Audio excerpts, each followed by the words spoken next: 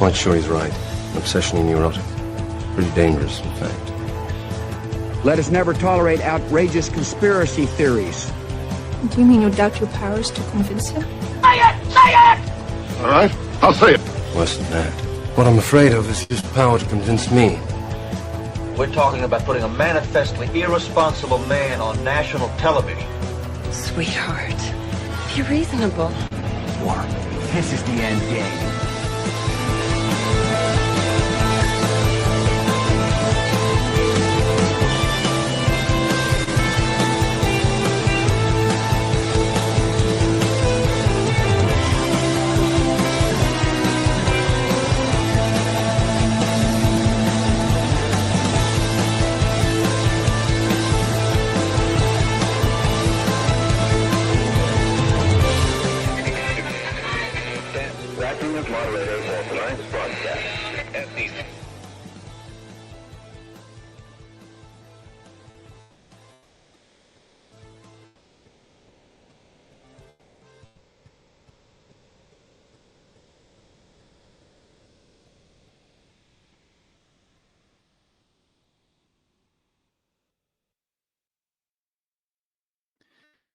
All right, everybody. It is Friday, March 28th, 2025, the 68th day of the Golden Age. I'm your moderator, Chris Paul. Let's be reasonable. Happy birthday out there to PJ, and I believe to Polymathanon as well. Happy birthday to both of you. Thank you very much for your consistent support, and I hope you're having a wonderful day.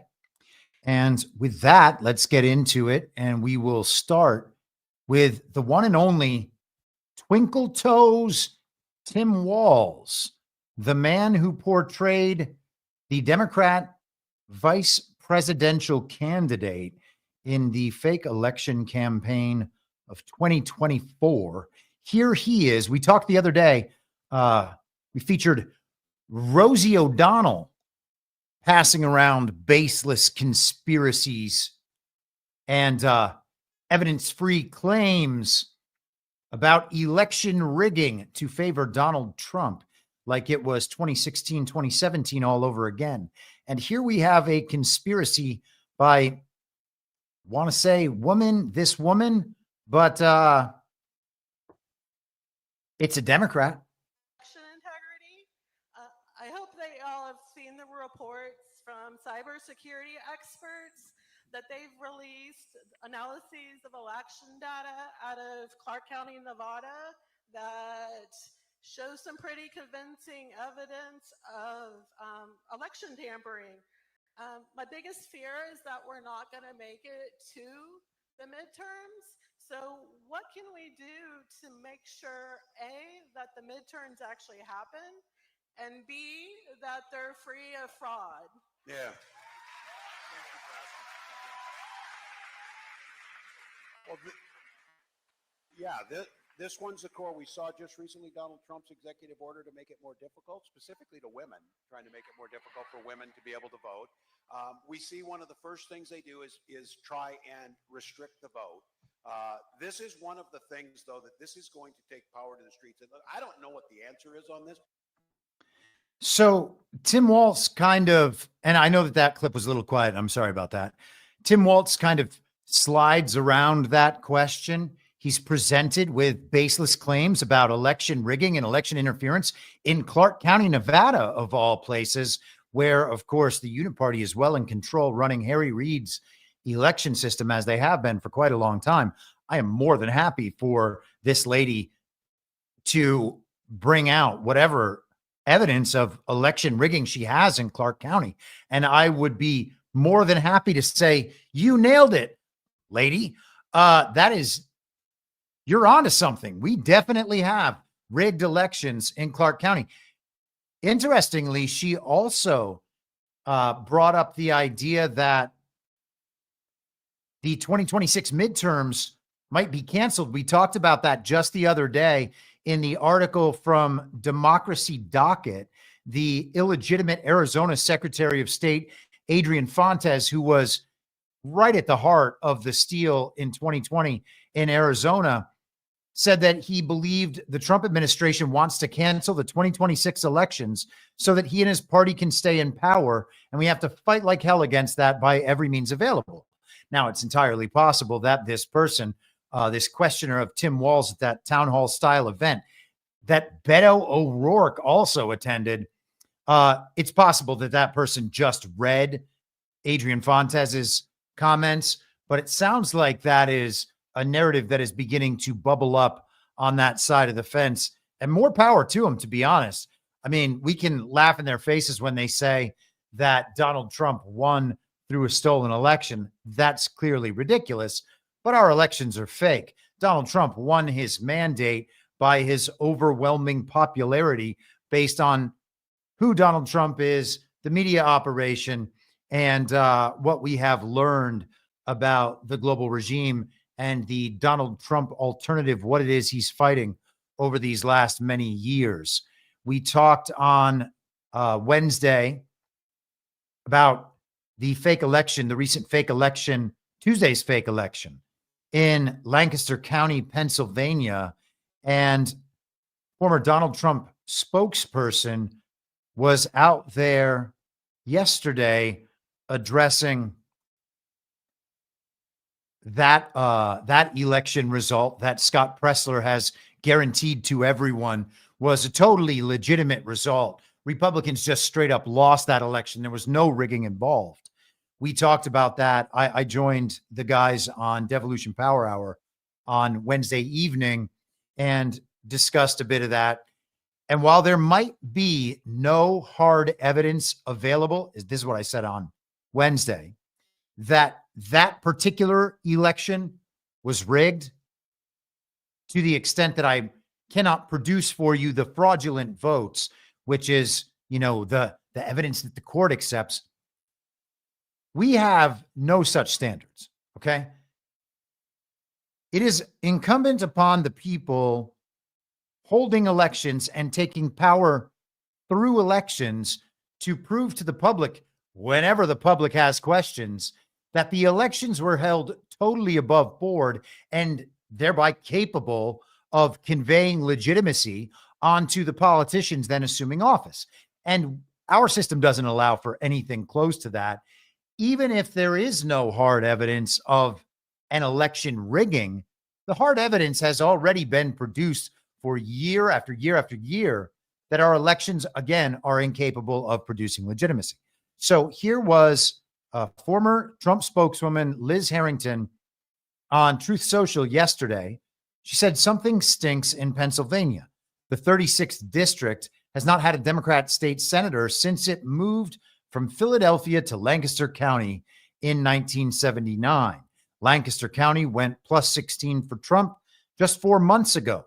And yet we're supposed to believe Republicans put the Democrat candidate over the top with mail-in votes, i.e., there were more mail-in votes for the Democrat candidate than Democrat voters who requested them. So that right there would be the sort of thing that should indicate to somebody that the election was rigged. But Scott Presler is just doing what Scott Presler does. And what Scott Presler does is talk incessantly about how he is registering voters. And we should, as always, note and point out that registering voters provides the raw material for election rigging. The election rigging system is based on the availability of voter registrations that can be then turned into whatever votes are necessary to achieve the results already determined. Randy Fine, we talked about that the other day on Wednesday, the upcoming special elections down in Florida to replace both Mike Waltz and Matt Gaetz. And Ron DeSantis's claims that Randy Fine was going to have a very difficult time winning his race. He might still get over the finish line, but he was going to have a really difficult time of it. And it was no reflection on Donald Trump Trump actually phoned into a tele rally yesterday in support of Randy Fine. So we will see how that goes next Tuesday. And we'll talk about the Elise Stefanik and some of the other kind of fallout of this current election cycle in these special elections a little bit later on. John Harold Patel Patriot had Leah Hoopes from Delaware County, Pennsylvania on the Daily Herald yesterday, and I wanted to share a bit of that conversation with you. This election system is legitimate, and it's your fault for not voting hard enough. But they demand us prove the election was fake when they can't even prove the election was legitimate. Right. So what people don't understand is their own rights. You have a 10th Amendment power as the people, and we are a checks and balance system to our government. You have a First Amendment right to redress your government and file your petitions and file lawsuits and speak freely. And I will continue to criticize my government and tell them that the onus is on them to prove that they ran a free and equal election. It's not on me. It's not on me to prove anything. But I want to go back to what you were talking about in Lancaster County. What Scott seems to not include in that post is that it was Josh Parsons who just ran for the special elections who, with the help of others, uncovered the fact of those voter registrations, the fake ones that they used in 2024 was connected to GBI strategies. So if you remember that whole piece of information where they did all those raids, I believe it was Louisiana. It was like a shell company where they were sending out a whole bunch of people to file for voter registration all across the country, and they got caught. They were raided. It was this whole big operation. So that was uncovered by Josh Parsons, who magically just lost the special elections. But don't forget, voters, it's your fault.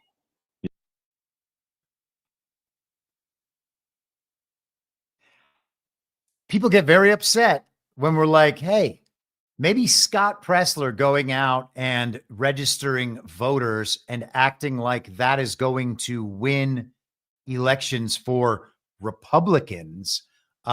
Maybe that's not as heroic as he himself portrays it to be.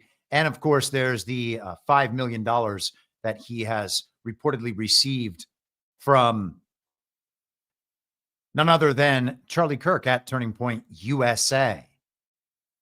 Checking on the chat quickly, Polymathodon, $5. APL wants to wish PJ Corrigan a happy birthday, and the only way she can, let's show her doing that the only way she knows how.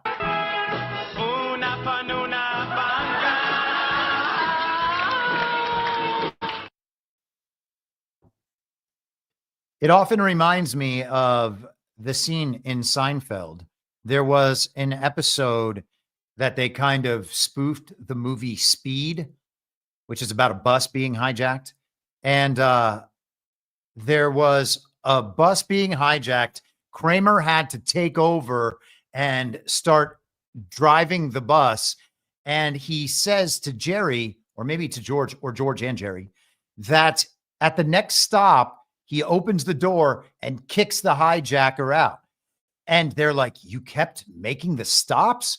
And Kramer, in the way that only Kramer can respond, says, they kept ringing the bell. And one of my favorites, my very, very favorite Seinfeld scenes, no doubt. And I'm a big fan of Michael Richards. I think that Seinfeld is hilarious. And, say what you will, Jason Alexander is a huge communist, and Larry David maybe as well. But Larry David, despite how much he says awful things about Donald Trump, seems like he's got something slightly different going on. And I've talked to a few of my friends, Jewish friends, around the entertainment industry in Hollywood. And I'm like, is Larry David like secretly undercover pro-Trump? And it's possible. And of course, Cheryl Hines, Robert F. Kennedy Jr.'s wife, played Larry David's wife on Curb Your Enthusiasm. So I don't know, something very interesting going on there. Let us get back on track. We're going to switch gears slightly. Elon Musk just did a long interview with his Doge team in the background with none other than Fox News's Brett Baer, the man who called Arizona in 2020, and the guy who tried to steer Trump off course while Trump was making it very clear to the American public that no one should believe the reported results of our fake elections. And let's just, we're going to transition from the election part of the show into this other part. So Sports has always been something that Americans rally around to come together. They really do. You won the popular vote. You won all the swing states. But still, Kamala Harris got 75 million votes in the country. Well, if you believe the whole thing. Yeah. Okay. Let's just say it is ridiculous. That the election was as it was. The whole thing is ridiculous. So Elon Musk sat down with Brett Baer, and he brought back up. We talked, I guess, a month or two ago at this point. We're basically 10 weeks into the new Trump term. The time is flying right by. But we talked about the iron mine. I think it's called Iron Mountain or something like that. I can't remember exactly what it was named. But the place where they store all the documents, when we were discussing David Rubenstein and the National Archives and the rest of it, Elon Musk took the opportunity to explain that story at greater length. I bumped into Anthony and Elon probably back in February, and they told me something about a mine that was dealt with retirement, and they said they needed somebody to help out to fix retirement in the government. I love the challenge, so I jumped on board, and it turns out there is actually a mine in Pennsylvania that houses every paper document for the retirement process in the government. Now, picture this. And there it was, by the way, Iron Mountain. Okay. Glad that my memory didn't completely fail me. This giant cave has 22,000 filing cabinets, stacked 10 high to house 400 million pieces of paper. It's a process that started in the 1950s and largely hasn't changed in the last 70 years. And so as you dug into it, we found retirement cases that had so much paper, they had to fit it on a shipping pallet. So the process takes many months, and we're going to make it just many days. Will it be digitized, or how? Absolutely. So this will be an online digital process that will take just a few days at most. And I really think, it's an injustice to civil servants who are subjected to these processes that are older than the age of half the people watching your show tonight. So we really believe that the government can have an Apple Store-like experience, beautifully designed, great user experience, modern systems. Because right now it's by hand. Yes, the retirement process is all by paper, literally with people carrying paper in manila envelopes into this gigantic mine. So they can't retire more than a certain number every month? Yes. About 8,000 a month. That's how the reason we discovered it was we were saying, like, well, let's encourage voluntary retirement. I said, well, most they could do is 8,000 a month. And even under normal circumstances, it can take 6 to 9 months just to have your retirement paperwork processed. And they often get the calculations wrong. So we're like, well, why would it take so long to retire? And they're like, well, because of the mine. And they're like, what do you mean a mine? What's a mine got to do with retiring? And that's where we discovered that all the retirement stuff is still done by paper in a process that looks identical to what occurred in the 1950s. Like, we took a snapshot of the mine when it first started in the 50s to today. It looks the same. It's amazing. So how long do you think it will take to turn over? We're working as fast as we can. Probably next couple of months we'll have this overhauled. And, I really think, again, like, why are we subjecting our federal workers to processes that they actually have to go through a training just to retire from the government? There's a whole training program that people have to go through in order to retire. I think we can do better for them. Well, if you can't do better than that, then we are really screwed. The truth is, the whole thing just needs to be torn down. That is unbelievable. It's fun to hear that story at greater length. I don't know, maybe someone in the chat who watched the entire interview or has paid attention to the conversation to follow on X, formerly Twitter, might know the answer to this, but is any of those guys big balls? Gosh. Let us continue with one more clip from that interview, and hat tip to my pal Patriots in Control for clipping these. Tom Krause, working at Treasury, you are having access to the payment system, oversees all the outgoing payments. Essentially, those payments were going places we didn't know where they were going, right? Yeah, unfortunately, that's the case, Brett. As an ex-CFO of a big public tech company, really what we're doing is we're applying public company standards to the federal government. And it is alarming how the financial operations and financial management is set up today. There is actually really only one bank account that's used to disperse all monies that go out of the federal government. Time out. One bank account. It's a big one. It's a big one. It's a big one. It's a big one. A couple weeks ago, it had $800 billion in it, but it's the Treasury general account. So when you hear, some of my colleagues here, what they're talking about in terms of the fraud, you have to ask, well, why is this allowed to happen at a financial level? Well, it's actually quite simple but alarming. The Treasury up until now, and thanks to President Trump, we're fixing this. In fact, there was an executive order that he just signed the other day, which is protecting America's bank account, because it really is the taxpayers' money. One, we're changing the culture. The culture is been not a lot of caring and not a lot of commitment to doing what's right relative to financial operations. There's a $500 billion of fraud every year. There's hundreds of billion dollars of improper payments, and we can't pass an audit. The consolidated financial report is produced by Treasury, and we cannot pass it on. We have material weaknesses. What that means is that if I was a public company CFO, I would effectively be removed. I couldn't file financial statements. I couldn't issue securities, which of course we depend on. Can't pass an audit. Right. The federal government cannot pass an audit. It's impossible. In fact, in order to pass an audit, you need the information necessary to pass an audit. You need to have the payment codes, you need to have the payment explanation, and you need to have a person you can contact to understand why that payment was made. None of those things were mandatory until just recently, just a few weeks ago. In fact, maybe last week. Yeah, we're serving 580 plus agencies, and up until very recently, effectively they could say make the payment, and Treasury just sent it out as fast as possible. No verification. And so what we're doing is what any household would do. But imagine you're a household, you have a bank account, everyone has an ATM card connected to that account, everyone has a checkbook connected to that account. It's not just your children, it's not just your parents, it's your in-laws, it's your extended family, and they all can go to the account and disperse funds. No questions asked, no justification, no verification.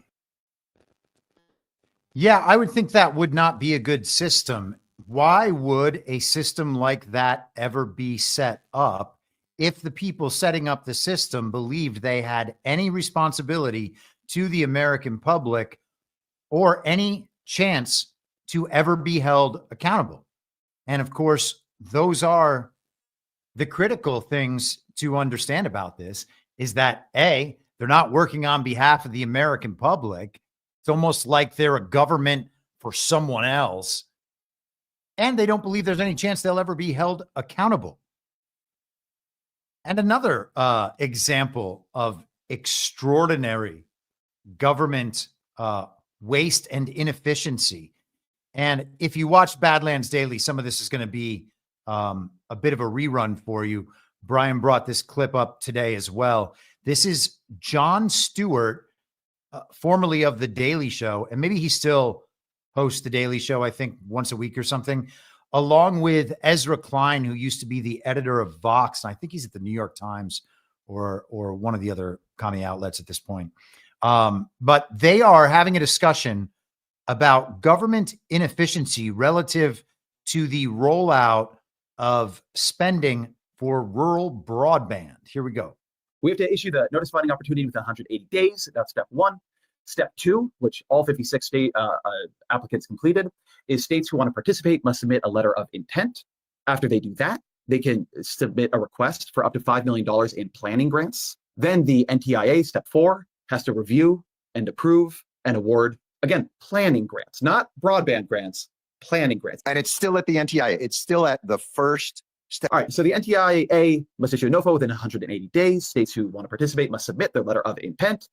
Step three, they can request up to $5 million in planning grants. Just planning. Just planning. Step four, the requests are reviewed, approved, and awarded by the NTIA, which currently all 56, 3 years later, all 56 applicants had passed through at least step five. It took more than 3 years. So it's a long time. States must submit a 5-year action plan. So the states kind of go back and they kind of think about how they're going to do this. And they don't just say, okay, thank you for the money. We're going to spend it. And you can see how it worked out later. We're like, here's our 5-year action plan. Then the FCC must publish the broadband data maps before NTIA allocates funds. So having done the NOFO, the letters of intent, the request for planning grants, then the review, approval, and awarding of the planning grants, then the 5-year action plans. In between that, the federal government has to put forward a map saying where it thinks we need rural broadband subsidies. And then, of course, the states need an opportunity to challenge the map for accuracy. And you can imagine this doesn't all happen in like a day. Okay. So then the NTIA, step 7, has to use the FCC maps to make allocation decisions. Then, having already done their letter of intent, the request for planning grants, it's hard even to talk about this, man. Step 7 is NTIA must use the FCC maps that were already challenged for allocation decisions. Then, having submitted all this, I think this one is actually quite amazing. Yeah. Having submitted their 5-year plans or letters of intent, step 8 is states must submit an initial proposal to the NTIA. Then, is that the result of their $5 million? And so it goes on like this for another 3 minutes. There are 12 steps in that process.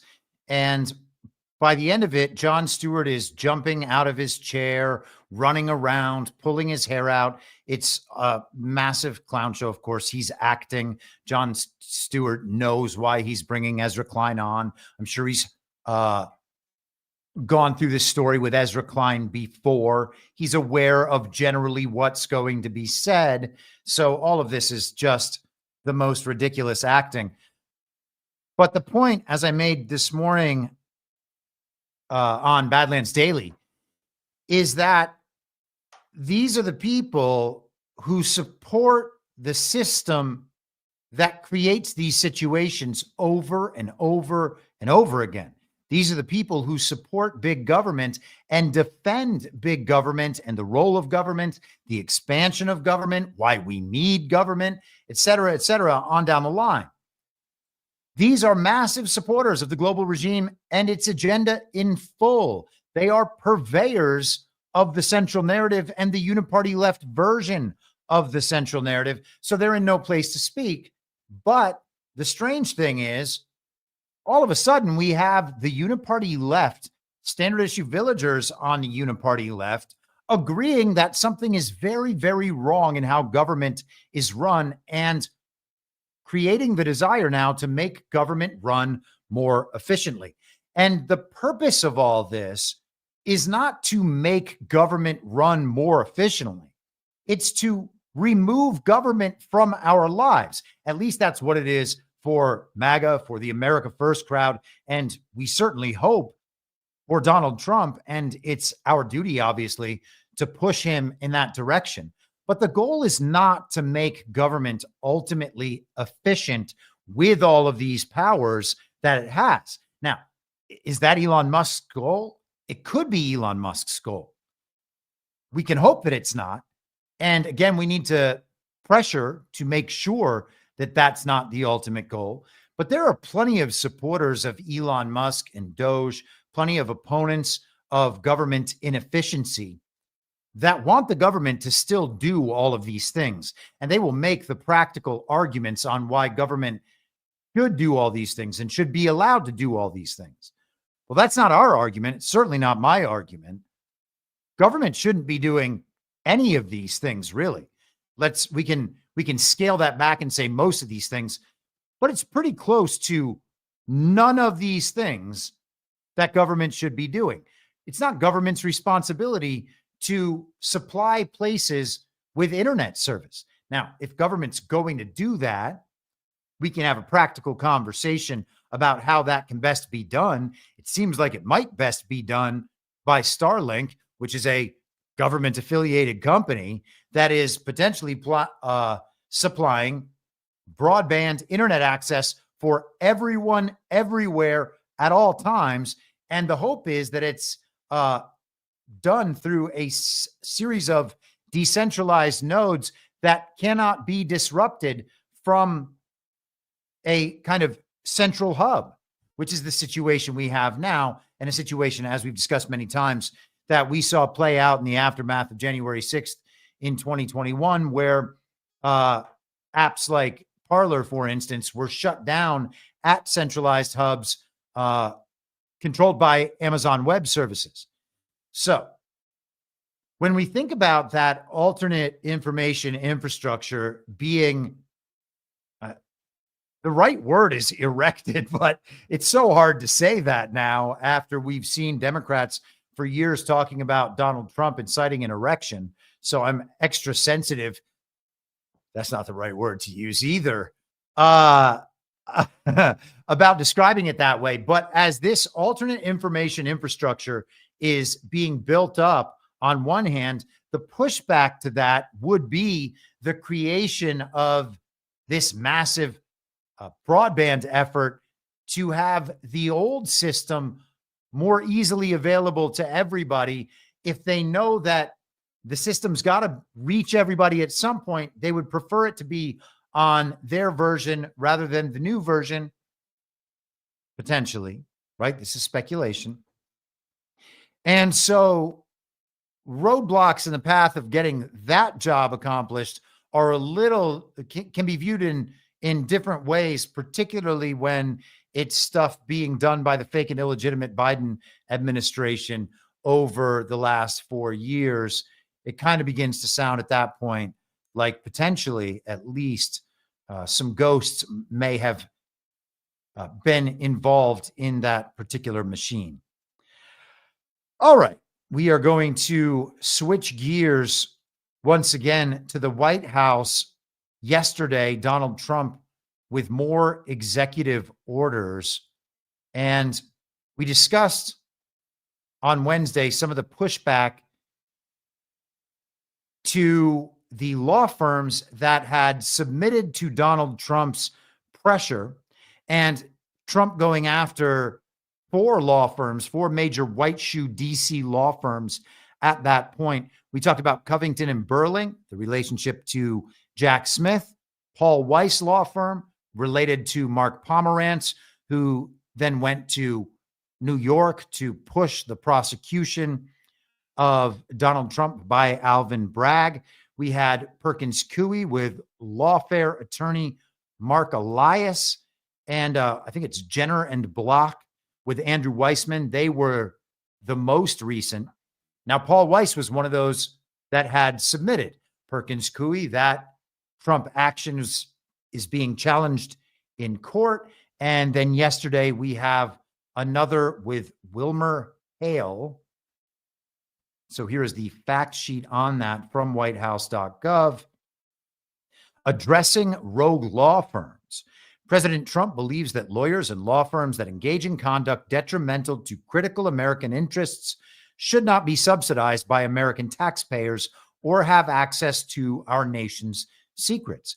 And that is the most obvious thing, stripping them of their security clearances and making sure that they are not being given government contracts.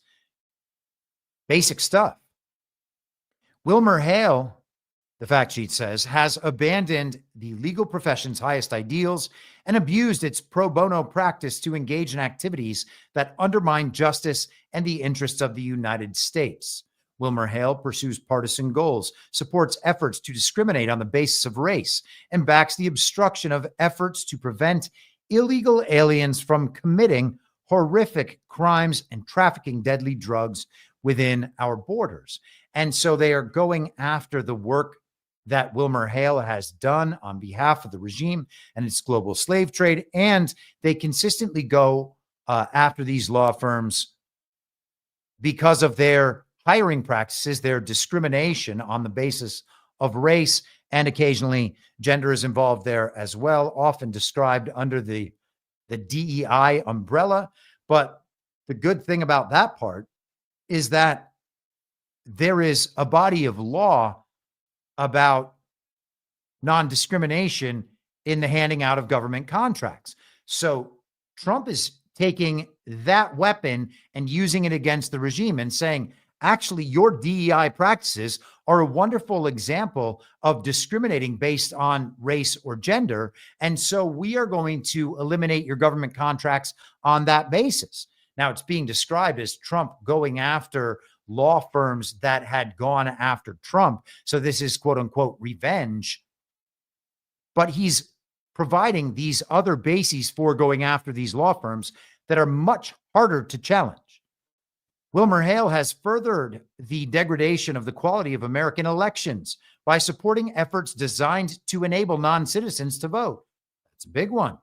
Wilmer Hale has been accused of discriminating against its own employees on the basis of race and other categories prohibited by civil rights laws, including through the use of race-based targets.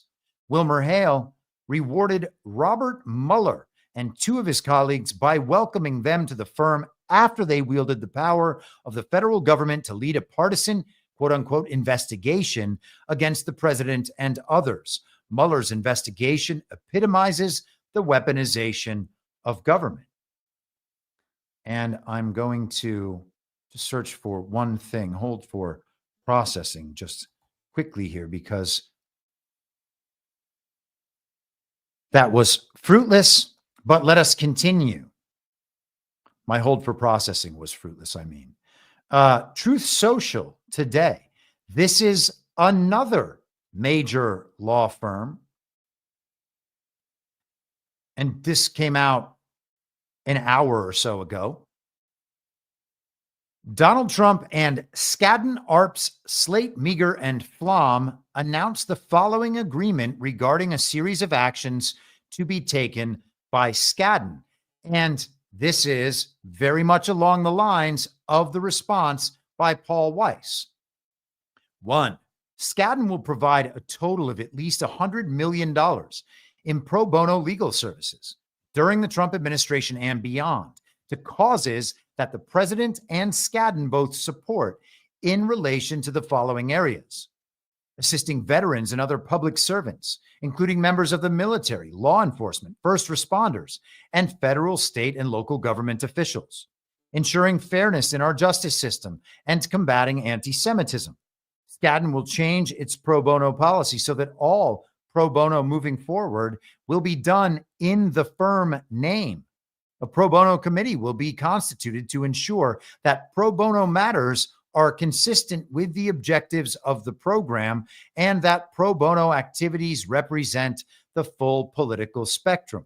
So they're going to have to do pro bono work on behalf of MAGA interests, America First interests, rather than on behalf of the regime, which is on whose behalf they've been working previously, and why, as we discussed the other day, people in the regime were so upset. That's kind of the cause of that Atlantic op-ed, and maybe I'll find that in a second and pull that back up quickly. Number 2, the Skadden Foundation will commit to the mission of providing, pro bono legal services to a wide variety of deserving organizations and individuals. Skadden is committed to funding no fewer than 5 Skadden Fellows each year dedicated to the following projects: assisting veterans, ensuring fairness in our justice system, combating anti-Semitism, once again, and other similar types of projects. Law graduates that receive Skadden Fellowships will represent a wide range of political views, including conservative ideals. And, I know that the combating anti-Semitism gets a lot of people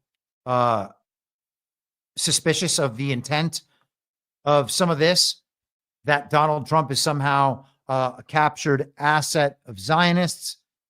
Can't prove to you that he's not. At the same time, I think that it makes sense understanding that the regime's ultimate card, it's not a Trump card because it's not going to work. And it's also not a Trump card if you're playing it against Trump.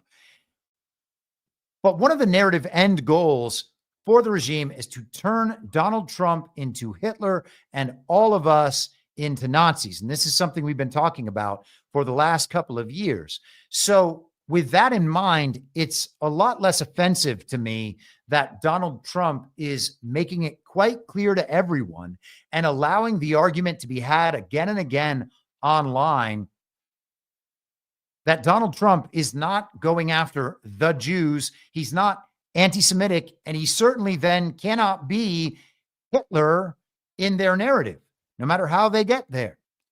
And so that is why I am patient on this stuff. Otherwise, I might share people's concerns about some of this language. Like, really? This is what, an anti-racist effort? It's not the way politics should be done on the basis of racial and ethnic groups. And I totally agree with that point. And I think that there may be more to it than that. Number 3, Skadden affirms its commitment to merit-based hiring, promotion, and retention. Accordingly, the firm will not engage in illegal DEI discrimination and preferences. Skadden will engage independent outside counsel to advise the firm to ensure employment practices are fully compliant with law, including, but not limited to, anti-discrimination laws.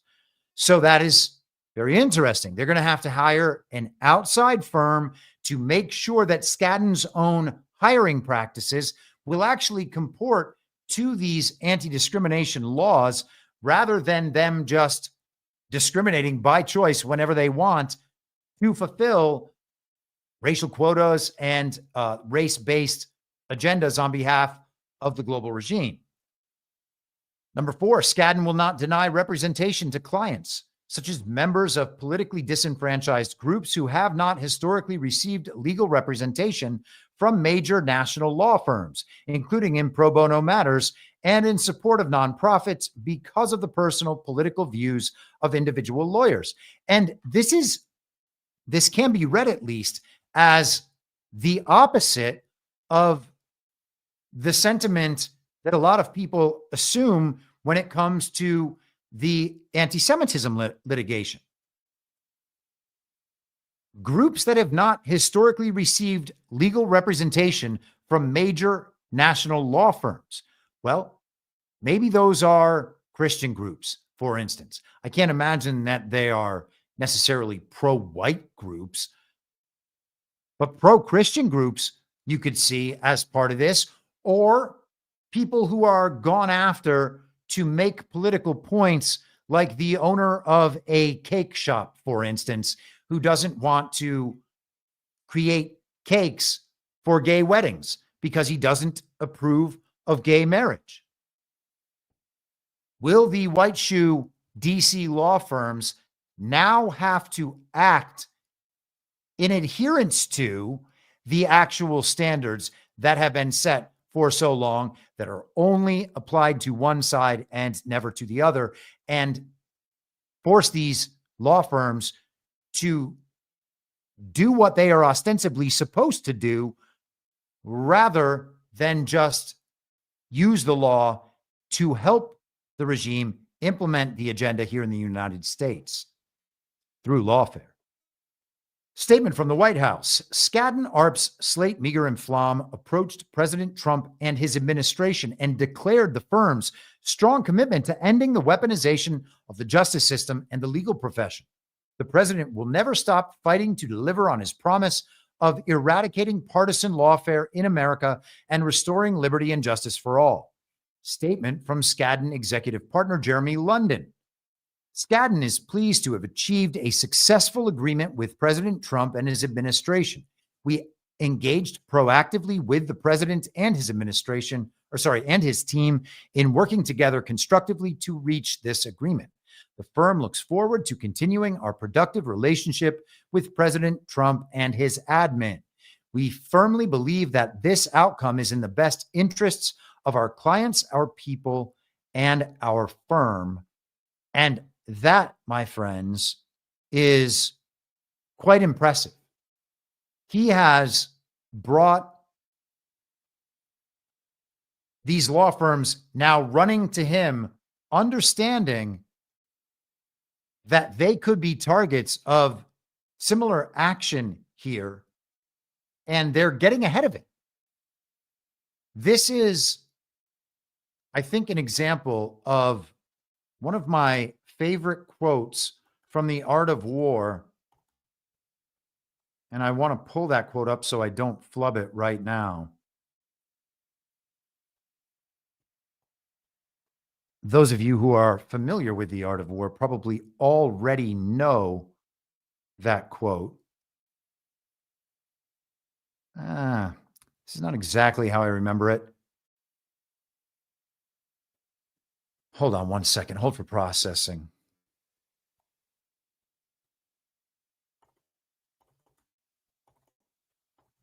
Here we go.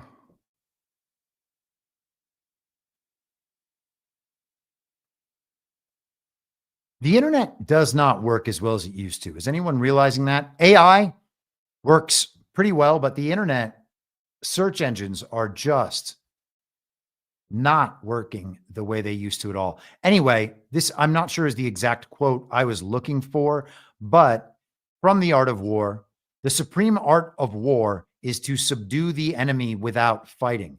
And we have now reached the stage where the enemy is being subdued without fighting. And I think that we should be mighty happy about that, because that is just such a massive departure from where we were in the first term. This, again, was the article I shared from the Atlantic the other day, reprinted in MSN, the pathetic, cowardly collapse of big law. And as I shared on Wednesday, the concern here was that the big firms have kept quiet. One can readily imagine why, he says. Clients of these firms are panicked. Large business interests are at stake, and firms are trying to avoid retaliation. And they are, this author, what was his name here? Paul Rosenwig, however he says it, was very upset that these law firms were capitulating to Donald Trump. He wrote, "It seems clear now that Paul Weiss's selfish act of self-preservation will affect the entire profession. Capitulation to a bully doesn't bring peace. It brings more bullying." Well, Paul Rosenwig, or whatever, I guess you need to add Skadden Arps, Slate, Meager, and Flom to your list of firms that have capitulated. And I would expect we will see many more firms capitulate. It's funny because this is the very heart of the battle. It might seem like nothing, and it's portrayed as Trump trying to take revenge on these law firms for them going after Trump. And then you get into the nonsense about the legitimacy of the legal pursuit of Donald Trump and blah, blah, blah. He committed insurrection and the rest of the nonsense. But their system, the judicial system and the legal system in the United States, that has been totally upended and is no longer anything approaching constitutional. From the Reconstruction Amendments on, we've seen judicial review, judicial supremacy, and necessary and proper, the Commerce Clause, etc. All the ways that the legal system has empowered itself and overturned and overthrown the Constitution, and now they use it just to continue implementing that regime agenda and squashing whoever gets in their way, using the legal system to thwart the legal system and legal recourse. There's a two-tiered system of justice in this country, quite obviously, and now that is being dismantled. And it's not only being dismantled to the detriment of these firms and to the detriment of that old system, it's the use of these firms and the use of that old system against itself, against the regime, in order to accomplish it. And I think that these are very big shots fired and shots landed successfully. And I think we can be very, very happy about this. And, you know, it's not obviously getting the attention of much of the rest of what's going on, much of the rest of what Donald Trump is doing. And those things are all great things, don't get me wrong. But I think this stuff is a lot bigger than we are being led to understand. All right. Let us continue. On the path of these executive orders, this is from the Associated Press yesterday. Trump signs executive order to end collective bargaining at agencies involved with national security. And that is a big one. We are talking about collective bargaining by public sector unions. And if you've listened to this show with any regularity over the last 5 years, you will know that I think public sector unions are an abomination, not for a lot of reasons, but not least of which that they are partially funded by federal government money. So you have federal government employees being represented by the federal government in negotiations against the federal government so that they can all advance their own agenda together while portraying to the public that they're doing so on behalf of these workers who are public servants doing everything they can to help the American people as part of that federal government. And their needs need to be represented somehow to the federal government that employs them. They should be dismantled and removed across the board. There should be no public sector unions. There should be no negotiations with public sector unions. But the method to advancing that cause chosen by the Trump administration is based on national security. Before we get into this article, it's also worth mentioning that the Associated Press, there was an article I saw the other day. They are very upset that their limited access has made it so they are unable to be first to market with their reporting about the Trump White House. They're not getting their pictures out as fast as possible. They're not getting their news stories out as fast as possible. So this major organ, this news wire of the global regime's state propaganda media, is now getting thwarted by other news outlets, all on the basis that they would not call the Gulf of America the Gulf of America. So way to go. Way to go, Donald Trump and the narrative manipulation team. That is fantastic stuff. So let's get into, actually now, before we do that, I just saw a comment from Polymathanon in the chat, which I think is a really good one, worth sharing. Sure seems like DJT, and plus it's his birthday, so what are you going to do? Sure seems like DJT is dancing around that hidden amendment for these esquires and titles. Yeah, the Titles of Nobility Amendment, as you highlighted not long ago. Yeah, so the Titles of Nobility Amendment, the original 13th Amendment, would make it so that people with titles of nobility could not serve in the federal government, because they wanted it to be the case where people with allegiances and loyalties to the global regime, meaning the British Crown, would not be allowed to serve in the federal government. If that was in place right now, we would have 90% of the Congress, I'm just guessing here, removed immediately. In fact, let's ask the machine and see if the machine knows. What percentage of the Congress are attorneys?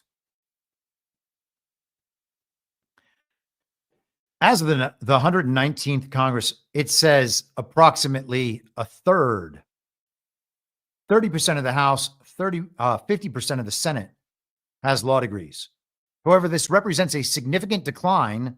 In the mid-19th century, around 80% were lawyers, which dropped to around 60% in the 1960s. That still seems small to me, but I'll take the machine's word for it. That is, as it notes, considerably lower than it has been. But imagine the Congress without any doctors, lawyers, etc., these titles of nobility. We should not have that in the country, period.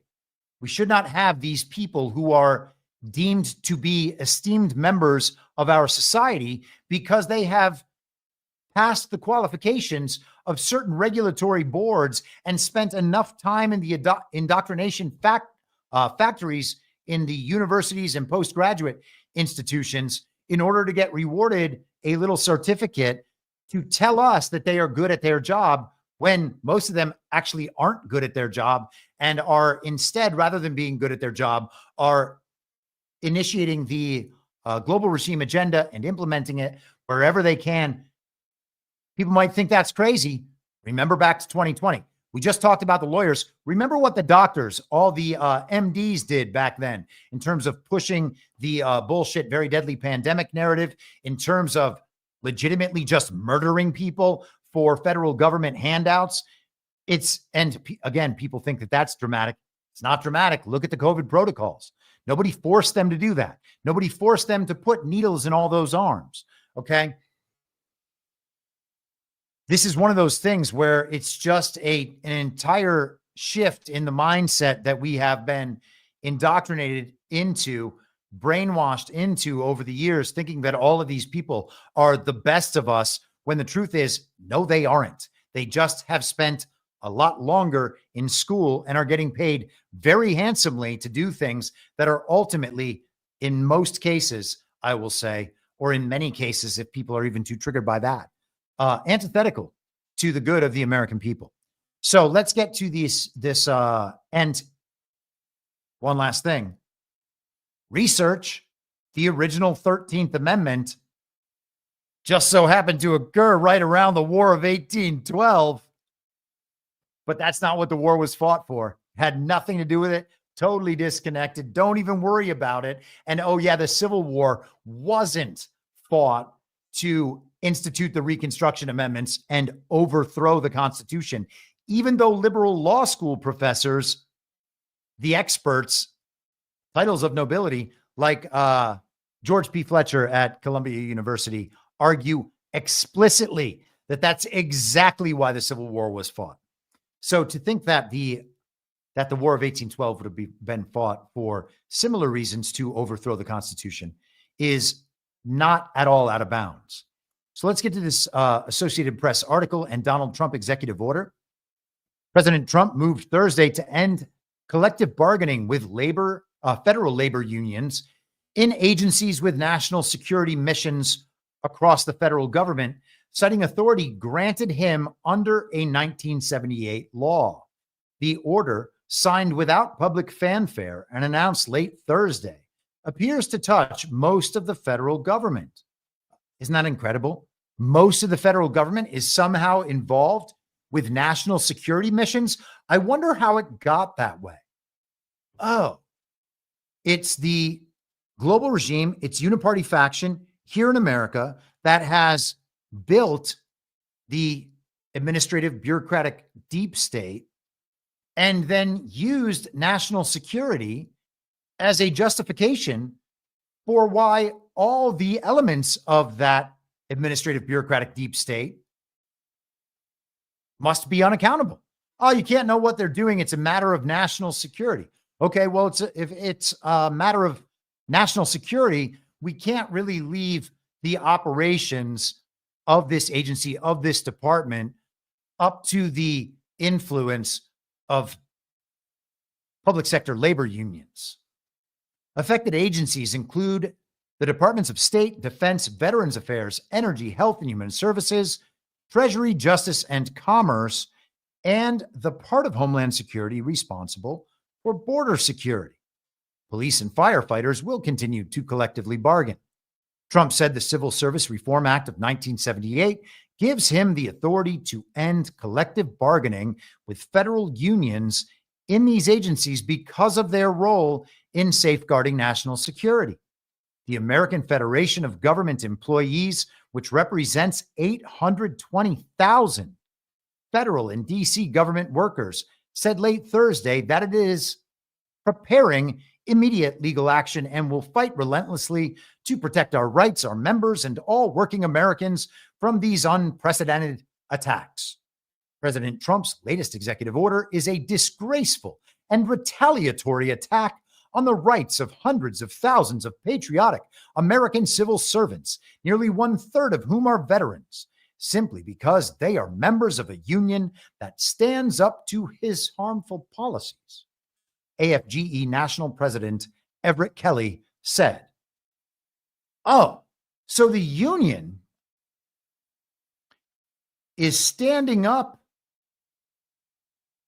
to the duly elected president of the United States of America, a president who operates with the obvious and overwhelming mandate of the American people.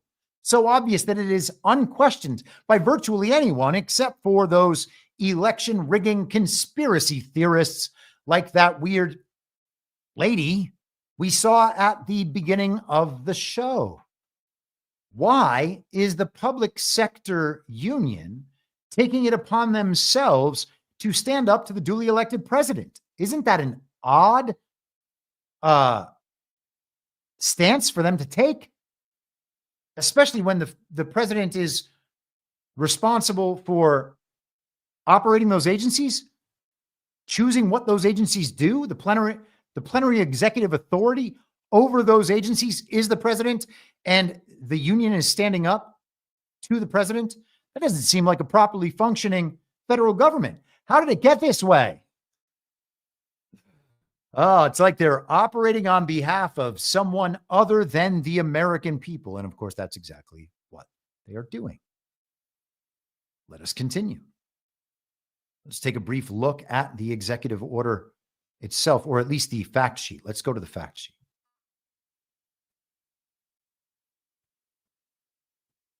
Here we are. Fact sheet. President Donald J. Trump exempts agencies with national security missions from federal collective bargaining requirements. And we're just going to go through a bit of this. Donald Trump signed an executive order using authority granted by the Civil Service Reform Act of 1978 to end collective bargaining with federal unions in the following agencies with national security missions. We're going to skip down because we went through some of those agencies. The CSRA enables hostile federal unions to obstruct agency management. This is dangerous in agencies with national security responsibilities. Agencies cannot modify policies in collective bargaining agreements until they expire. The outgoing Biden administration renegotiated many agencies' CBAs to last through President Trump's second term. So basically making it so that the agencies, even if President Trump wanted to operate them in other ways, wouldn't be allowed to operate in those ways based on the collective bargaining agreements set in place with these public sector unions. Agencies cannot make most contractually permissible changes until after finishing, quote unquote, midterm union bargaining. For example, the FLRA ruled that ICE could not modify cybersecurity policies without giving its union an opportunity to negotiate and then completing midterm bargaining. Well, that is ridiculous. We talk often about the president being disallowed to fire members of these agencies or departments, or to remove the agencies or departments altogether, to strip them of their funding, which we're going to get to in a second. This is about public sector unions restricting the president's ability to operate the agencies of the executive branch in the ways he sees fit. That is a direct attempt to thwart the agenda of the president with the mandate, the only legitimate person in our entire government. Unions use these powers to block the implementation of the VA Accountability Act. The Biden administration had to offer reinstatement and back pay to over 4,000 unionized employees that the VA had removed for poor performance or misconduct. And again, we said all of this is premised on the basis of national security. Now, we were just talking about the ability of the president to control spending in these federal agencies after Congress appropriates the money to be spent. This is from today in the New York Times. Top Senate Republican protests Trump's bid to withhold spending. And that right there is a picture of Susan Collins of Maine, the most consistent Democrat vote in all the Republican Senate, except for Lisa Murkowski. A top Senate Republican on Thursday accused, and what makes her a top Senate Republican? She's been around for a long time. She's on a committee. A top Senate Republican on Thursday accused President Trump of illegally refusing to spend $2.9 billion approved by Congress, teaming with Democrats in an early salvo in the simmering struggle between Congress and the White House over which has the ultimate power over federal spending. Senator Susan Collins, a Republican of Maine and the chairwoman of the Appropriations Committee, initiated a letter to the White House that was signed by Senator Patty Murray of Washington, the panel's senior Democrat.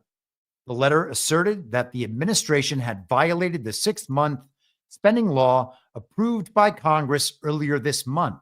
Ah, darn. I really loved that spending law too.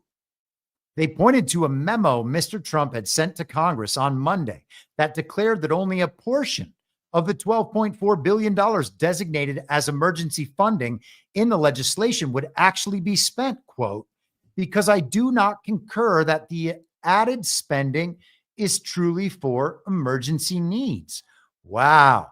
So Trump pushed the big spending package, the continuing resolution through so that the government could stay open till September. And now he's saying he's not even going to spend the money, but the government's staying open. So the government shutdown threat is gone, but the money's also not going to be spent in full because stuff that was designated as emergency spending, which I'm not sure about this, but you would think all of it should be, if they're going to operate beyond the limits of a budget that's actually passed, spending bills that are actually passed. They're just going to do these forced through continuing resolutions and omnibus packages and must pass legislation like National Defense Authorization Acts. They're going to get all the money allotted through those methods. On what basis should they be allowed to do that? Well, you could see that being necessary on an emergency basis. So how do they respond? They include a bunch of things under emergency spending that are not emergency spending. And now they're being called on it by the Trump administration. And I think that we can be at least somewhat happy about that. The appropriators vigorously contested that assertion, arguing that the law requires the administration to spend all emergency money or none of it, and does not allow the president to decide for himself what money to spend and what not to. So he has to spend all the money or none of the money? That's very strange. Why would the people of the United States ever support something so ridiculous? Well, the answer is they never would support something so ridiculous. How did it get like this? It's almost like they're working for someone else. I think that's going to be the title for today. Working for someone else. Got to remind myself of these things. Otherwise, I'll forget, and I will then waste 10 minutes of valuable productivity scanning through the filing cabinet in my mind to figure out exactly where I left that thing. And then I'll get really, really angry and be like, I can't spend this much time, even though I've already spent that much time. And then I'll just decide on something else that will probably make me equally angry. It's how my mind works. Just as the president does not have a line item veto, he does not have the ability to pick and choose which emergency spending to designate, the letter said. Actually, he does. They noted that the Trump administration's interpretation of federal budget law was at odds with how presidents of both parties had viewed it for 2 decades. It is incumbent on all of us to follow the law as written, not as we would like it to be, says Susan Collins. But, oh, we're going to get there. Skipping down. His decision, this being Trump's, was accompanied by a memorandum from Russell Vought, the head of the Office of Management and Budget, who asserted that the president's action was justified. Mr. Trump and Mr. Vought, who also headed the Office of Management and Budget in Mr. Trump's first administration, argue that the budget law that gives Congress the power to set spending to be executed by the executive branch is unconstitutional. They contend that the president has the power to withhold money even if it was approved by Congress, a proposition likely to be ultimately tested in the courts. And yes, we will see that tested in the courts, and we must see that contested in the courts. We're talking about the Impoundment Act of 1974, if memory serves, and they call this rescission. The president goes through and rescinds certain spending. The Congress's control over the purse allows them to ensure that federal government money they don't want spent is not spent. If they appropriate money to departments or agencies of the executive branch, that doesn't mean that all that money has to be spent, though that is what they are arguing. And the president is now asserting his authority as president to say, actually, these are my departments. These are my agencies. I am the plenary authority under the unitary executive principle, which is the true principle. There's not something else that it's supposed to be. It's supposed to be that. He's the plenary authority over the executive branch. He makes all these decisions. All of them are under his purview. The Congress cannot force the creation of an executive branch agency and then force the president to allow that agency to run under his purview, but outside of his control. There are not independent agencies. So we're beginning to see all of the various principles that have to be attacked. Each and every one of those things has to be settled out in the courts because we need the imprimatur of the constitutional legitimacy of each one of these things, even though it only matters what the people actually believe at the end of the day. But having these fights in public, bringing these fights out to the public is how you get the public mandate behind each and every one of those principles. And that's the process we're involved in now. And again, I would turn everybody's attention to the Path to Liberty podcast by the 10th Amendment Center. I think that is a wonderful place to learn about these principles in depth. Okay. I'll make my case and give my conclusions, but they are an invaluable source for me and a wonderful jumping off point to look much deeper into all these issues. So Patty Murray, the Democrat, said this on the floor of the Senate. Right now, we have a couple of billionaires running our country straight into the ground who seem to have skipped American history because President Trump and Elon Musk don't seem to care much about our Constitution. Well, Patty Murray doesn't know what our Constitution says, nor its original intent, obviously, and essentially just believes that all the body of law and court precedent that have burst forth from those Reconstruction amendments that overthrew the Constitution are the Constitution. Judicial precedent is not the Constitution. Statutory law, regulations, norms, and standards, none of those are the Constitution. She pointed to the provision that, quote, no money shall be drawn from the Treasury, but in consequence of appropriations made by law. And she says their lack of interest in that section of the Constitution doesn't make it any less real.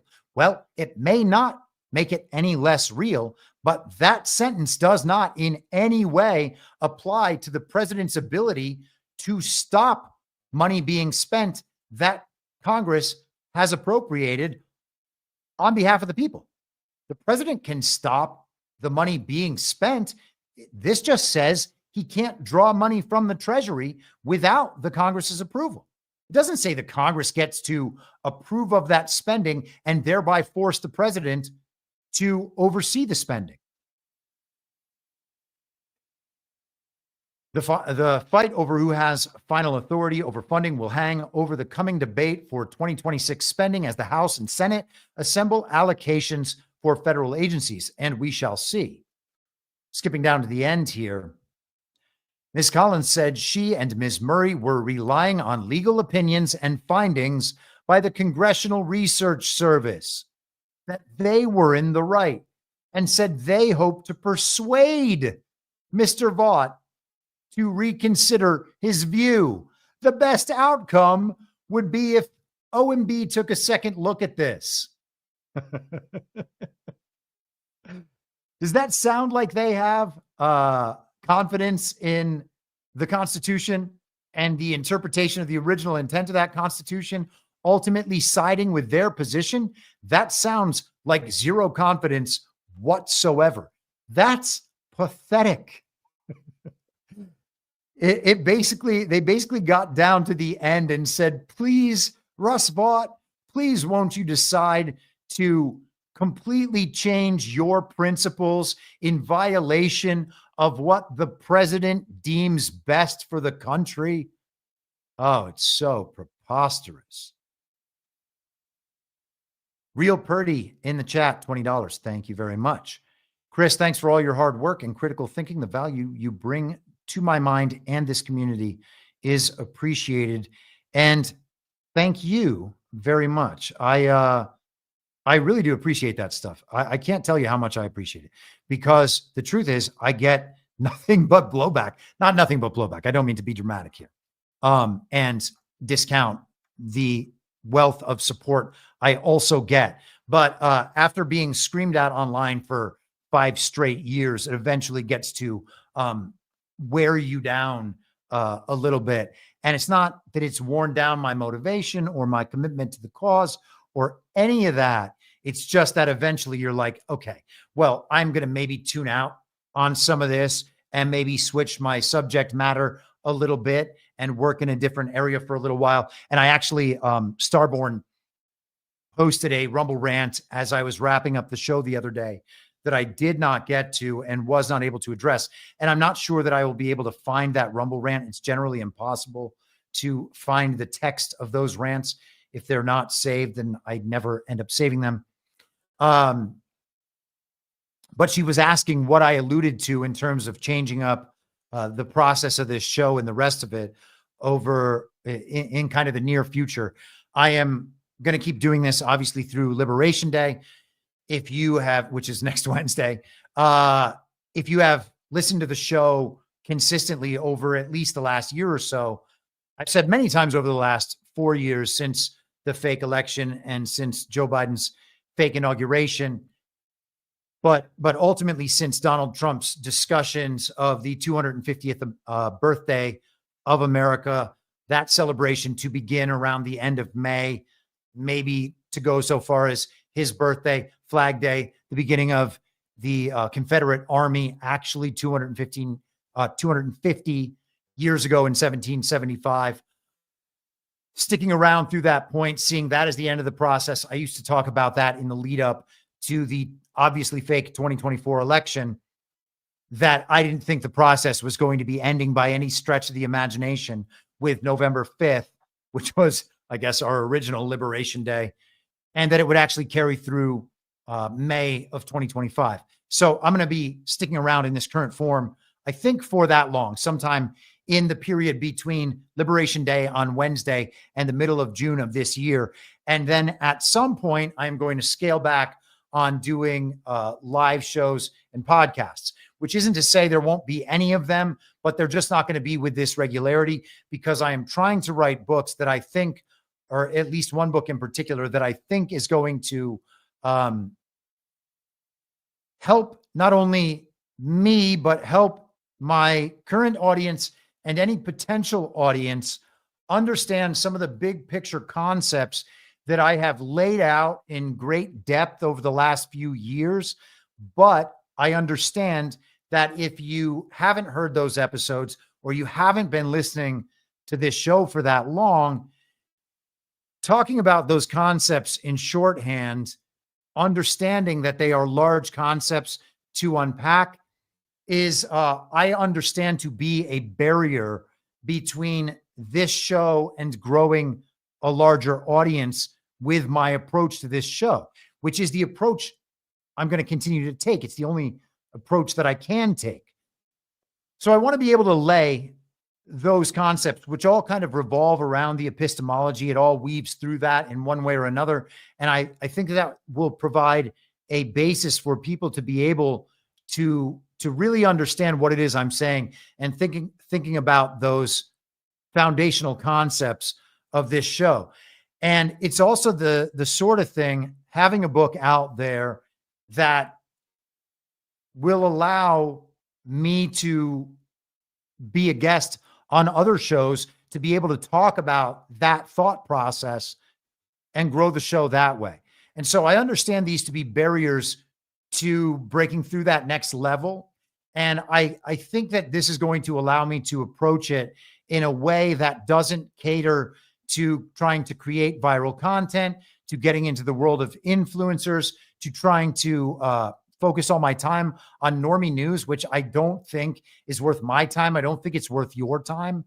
And so it would be some sort of hiatus or sabbatical where I kind of reconceive the approach to the show, write more frequently on Substack, and then devote my time each day waking up, rather than my first thought being, What are the headlines? What are the controversies?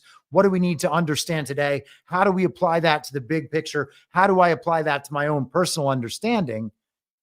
Just simply waking up and being and approaching my day with my day's mindset with, how do I organize these thoughts and make myself able to produce them in written form so I can complete this series of tasks that is going to improve my audience experience ultimately and enable me to reach that next level. And I think it would also just be a nice kind of culmination of this 5-year plus phase of my work to be able to put something in that hard form that people can own and that will be kind of a lasting body of knowledge that I've produced over these last 5 years. So I hope that people are supportive in that process. And I understand that maybe some people are not going to like that as much, just because that'll mean that I don't have the regular podcasts.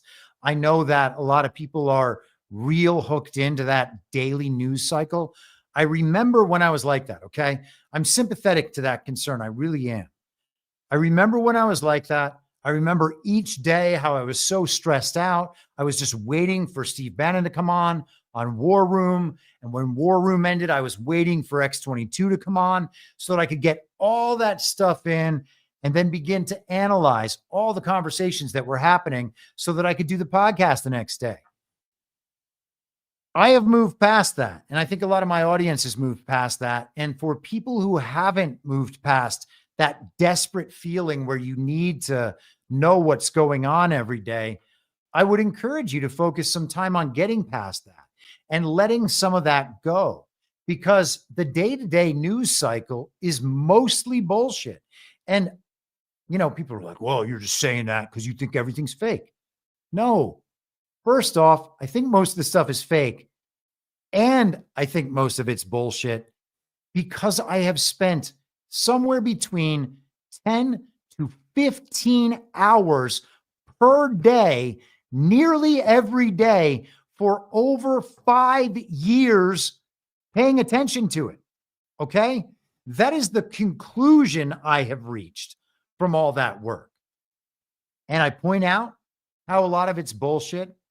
And I point out that even if you aren't prepared to wrestle with it all being bullshit, I can at least, I believe, prove to you beyond a shadow of a doubt that it is not the stuff that is primarily worth your time.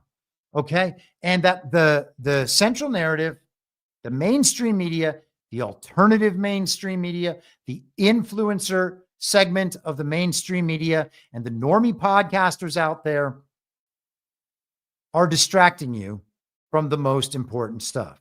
Okay? The most important stuff is to understand big picture where all of this is going, and then bring in the economic stuff so that you can make the decisions that are going to keep you mentally healthy and understanding what is happening in the big picture so that you can be a rock for yourself, your family, and your community, and you can make wise financial decisions so that when the secondary flush, the first one happened in 2020, the secondary flush of this great reset and the economic adjustment, which may be next Wednesday, I don't know, is not going to destroy you the way many people were destroyed in 2020.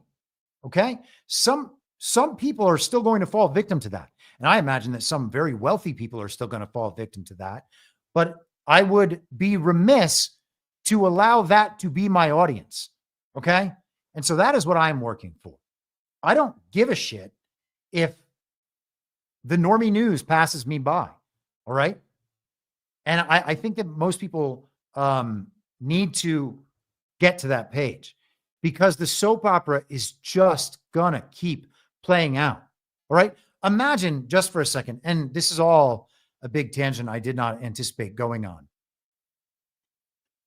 But imagine General Hospital. Let's just take a soap opera. Many of them have been running for many, many years.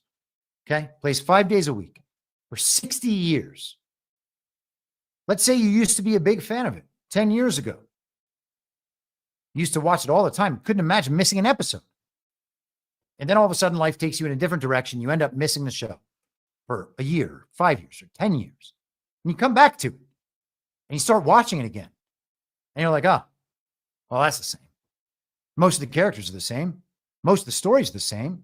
Yeah, the language they use, the dialogue's different. The setting is different. Maybe one of the actors has aged. Maybe that person's love interest has been swapped out.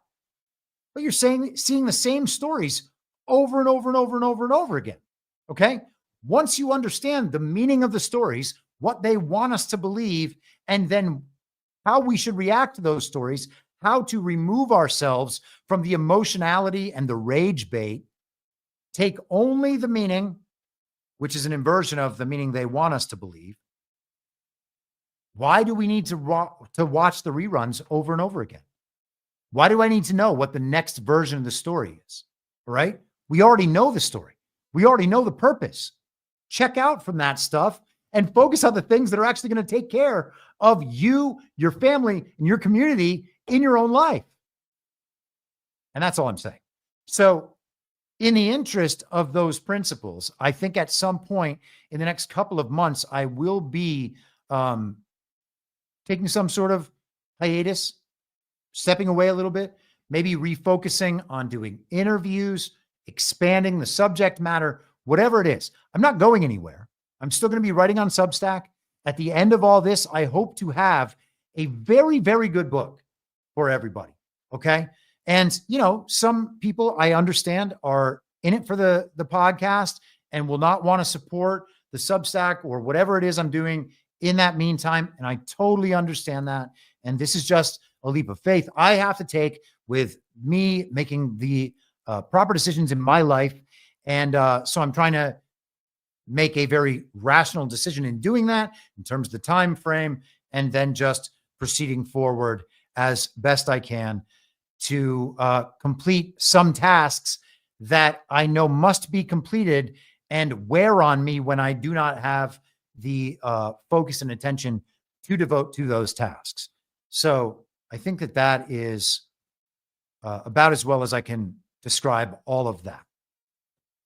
All right. John Drake in the chat says $10 Rumble Rant. APL appreciates you. That's A. And B, we appreciate you. Thanks for being the tip of the spear, cutting through the bullshit. We are with you. Thank you very much, my friend. And you know who else thanks you? This little lady.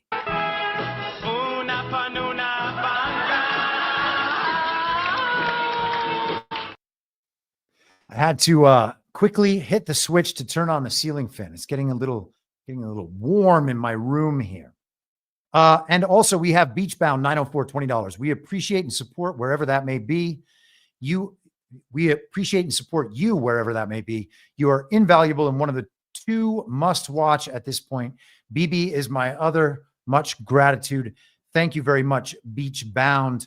Burning Bright is who she is referring to, of course. And he is my co-host, for those who don't know, on Badlands Story Hour. He is also, like me, the person who takes a narrative-only approach to what we are being fed.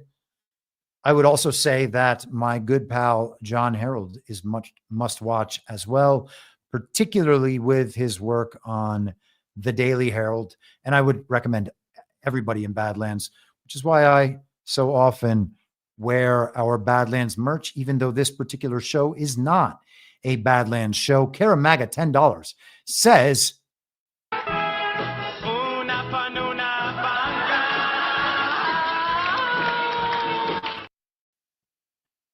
Starborn, $5 in the chat, says, thank you. Loved the answer to my question. Wishing you an amazing writing process. And thank you very much. Thank you. Thank you very much. Okay. So let us get back to the subjects primarily of interest here, which are not my personal life and decisions. Okay. Donald Trump yesterday, while we are, darn it, I need one more. You know what? Let's just, no, we're going to pull this up. I forgot to provide myself a link to one of the executive actions from yesterday. So we're going to get back to the executive actions Here we are.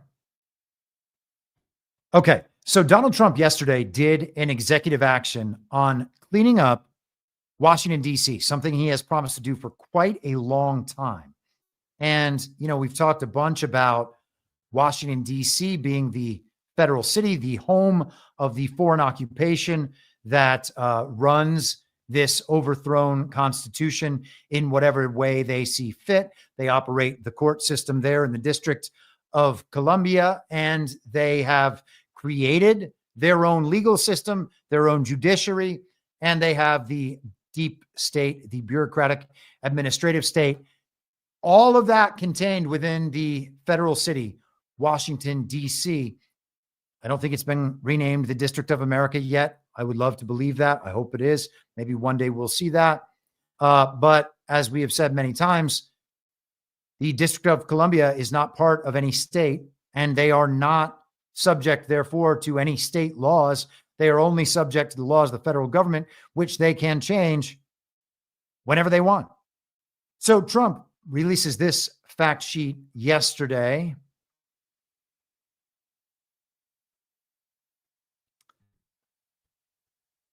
Trump works to make our nation's capital safe and beautiful. The executive order establishes a task force, officially known as the DC Safe and Beautiful Task Force, that will be comprised of members of key government agencies.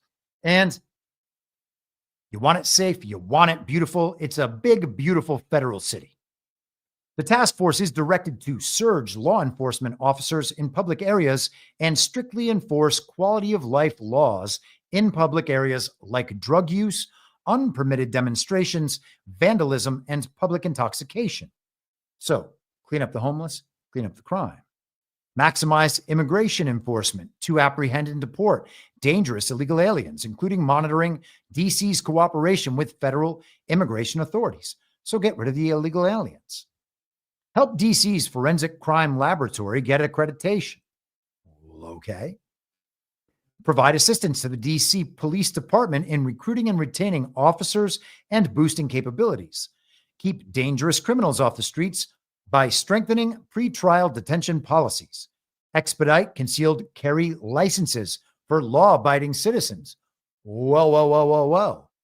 That could spark a direct challenge to all of the ways that the Second Amendment is improperly interpreted in our courts, and I do look forward to that.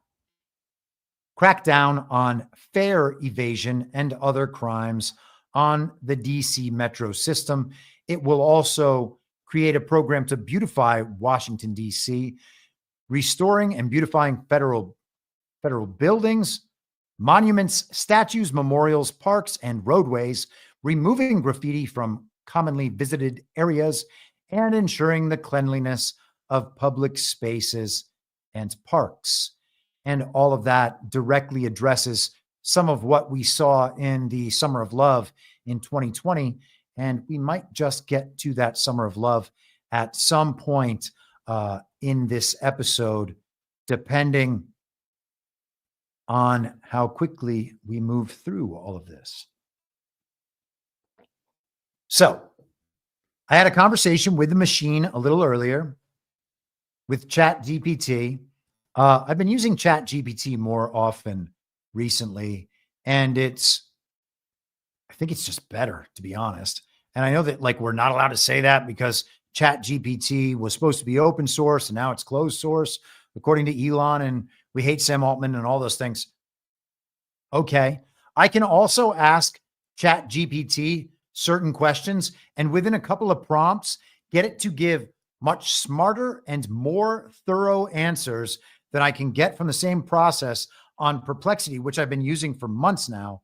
And I can get it to take on a fully based persona where it is divulging information to me about the corruption in our government. And I think it's been fantastic in that stuff. So with all AI, you got to check its work. Okay. You can't depend on the things it says. You got to note that going in. But I think it's been really good. So let's share this Chat GPT thread from earlier today. I asked, what power does the president have to enforce the law in the federal city? And it, of course, notes that the federal city is Washington, D.C. We don't need to get through the constitutional foundation. I get it. Control over federal agencies. The president directs the DOJ, including U.S. Marshals, the FBI, and federal prosecutors in D.C., who are, of course, under the DOJ. The president can also mobilize federal law enforcement during protests, riots, or security threats. The president can deploy federal military or National Guard troops in D.C. more freely than in the states, since D.C. has no governor. The D.C. National Guard reports directly to the Secretary of Defense and the president, unlike state guards, which report to the governors. And all this is relevant in the post-January 6th narratives, as we saw, and as we will, I'm sure, see again. But that is some level of control in the federal city by the president to deal with crime, and his powers are expanded under national emergency. And we've been under national emergency for a long time. And I would suggest that any of you who are fans of John Harold's Devolution series and the work that we have done on the Devolution Power Hour over the last, 2.5 years, would be all over all this stuff. And if you're not into that stuff, I really, really suggest you take the time and read the Devolution series, or listen to the narration, or even just watch the summaries or John's recaps or something. You know, a lot of people think that that's somehow not legitimate or couldn't be happening or not worth knowing because there was a series of various operations, some of them, and other times just people being angry that John was making it so people wouldn't vote, some nonsense. There's a lot in there. It's important stuff to know, in my opinion. It is well worth your time. And a lot of the people, one thing you can know pretty much for certain is that the people who are speaking out against devolution have actually never read it. I have not come across one person the entire time who's angry about devolution and actually read the whole thing. Not one. And I've had plenty of these come my way. Trump on Truth Social this morning, commenting about that executive order. Washington, D.C. must become clean and safe again. We need our great police back on the street with no excuses from the mayor or anyone else. The House should take up the D.C. funding, quote unquote, fix that the Senate has passed and get it done immediately. We need to clean up our once beautiful capital city and make it beautiful again. We will be tough on crime like never before. I will work with the mayor on this, and if it does not happen, we'll have no choice but to do it myself. Washington, D.C. will be better, safer, and more beautiful than ever before. And we just heard the means by which he is able to do it himself. At some point, one would hope this would count for and would target the criminals within the federal city. A couple more Rumble rants coming in. Jay Gonzalez, 1123, $5. Chris Paul, outside of Donald J. Trump, you're one of the few people I have yet had the chance to meet and shake their hand. I will walk through the depths of hell by your side. Thank you for sharing your mind. Well, that is very kind. And are you saying that you have gotten to shake the hand of Donald Trump? Or are you saying that you want to meet both Trump and I and shake our hands? Well, if you're at a GART event, you can do that. In one way or another, I imagine all our paths might cross one day. Polymath Anon, $5. Weird, I got an email from APL saying she's forming a congressional subcommittee to look into my 50th birthday. So random. Well, I hope she does, because what a birthday it is.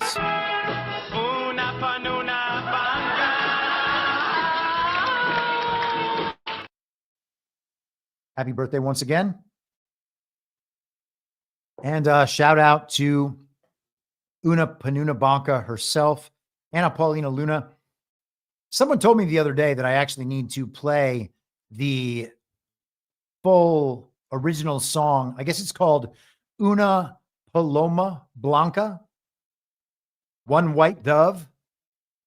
To me, that sounds like I will take a Paloma, the drink, with silver tequila, Blanco, rather than a Añejo or Reposado. I'm a fan of the Paloma. The highfalutin Palomas, where they use fresh squeezed grapefruit juice and soda with your tequila, or the more basic Paloma, which is tequila and squirt the grapefruit soda. That, I believe, might be the old school way to do it, and I do like that way. Dennis, $10 in the chat. I just wanted to buy you one beer. One. Does this still cover it after inflation? Yes. And if I go to the grocery store, I can buy a 6-pack with that. So thank you, buddy. All right, let's continue.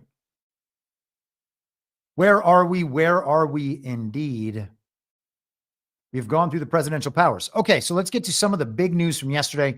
We talked about Randy Fine and his election, his fake election that will be held next week. It sounds like the Republican Party of Florida has said, we're going to let this one go to the Democrats. Old Ron DeSantis is firing up the rigged and stolen election apparatus down in Florida and allowing potentially a Democrat win or a close enough race that we are now worried about the House majority.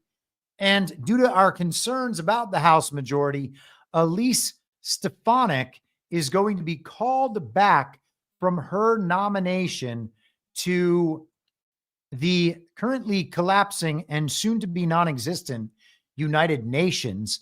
We should not have a United Nations at all. We should have no multilateral agreements at any time ever. So with that in mind, we certainly do not need a United Nations. We do not need a United Nations ambassador, is what I meant to say, actually. Let us go briefly. We'll get the story here and then more of that in just a moment. This is the New York Times. Trump asks Stefanik to withdraw bid to be UN ambassador. President Trump on Thursday said he asked Representative Elise Stefanik to stay in Congress rather than serve as ambassador to the United Nations amid concern about the minuscule voting margin that Republicans hold in the House. And I think that they commented, if I recall, yes, her nomination had been expected to move ahead after April 1st, when 2 Trump-endorsed Republicans were expected to fill a pair of House seats in Florida that were left vacant after the departures of former Representatives Mike Waltz and Matt Gaetz of Florida.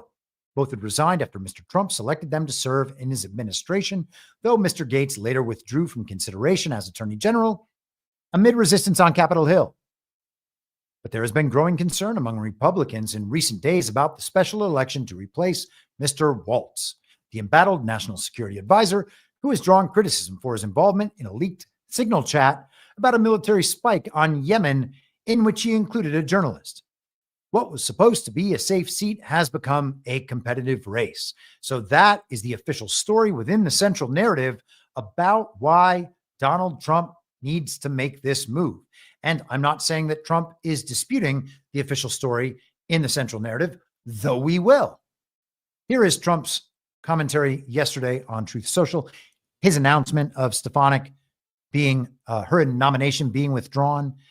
Yes, it was reported by other news sites. Oh, they got the scoop even before Donald Trump put it up on Truth Social. Wowie zowie. Wow. Wowie, wow, wow, wow. Wow, indeed. As we advance our America First agenda, it is essential that we maintain every Republican seat in Congress. We must be unified to accomplish our mission, and Elise Stefanik has been a vital part of our efforts from the very beginning. I have asked Elise, as one of my biggest allies, to remain in Congress, to help me deliver historic tax cuts, great jobs, record economic growth, a secure border, energy dominance, peace through strength, and much more. So we can make America great again. With a very tight majority, I don't want to take a chance on anyone else running for Elise's seat. The people love Elise, and with her, we have nothing to worry about come Election Day. There are others that can do a good job at the United Nations. Therefore, Elise will stay in Congress, rejoin the House leadership team, and continue to fight for our amazing American people. Speaker Johnson is thrilled. I look forward to the day when Elise is able to join my administration in the future. She is absolutely fantastic. Thank you, Elise. So, Donald Trump just said there is no way that the Republican National Committee could pull off losing the Republican seat in Elise Stefanik's district. With her, there's nothing to worry about. Ron DeSantis couldn't even stop that from becoming a Republican seat again because Elise Stefanik is there. And of course, why would the establishment want to remove Elise Stefanik? Donald Trump says she's one of his greatest allies. Maybe that's true. Maybe it's true. She wasn't before. There's a lot of reason to believe that she's one of those people like Kevin McCarthy, who's called a great ally, but is really a servant of the establishment. I'm not trying to cast aspersions on Elise Stefanik. We're just playing a very complicated game, and we have to at least consider that that's the case. Now, why might that be the case? Why might there be something else going on? Well, again, UN ambassador.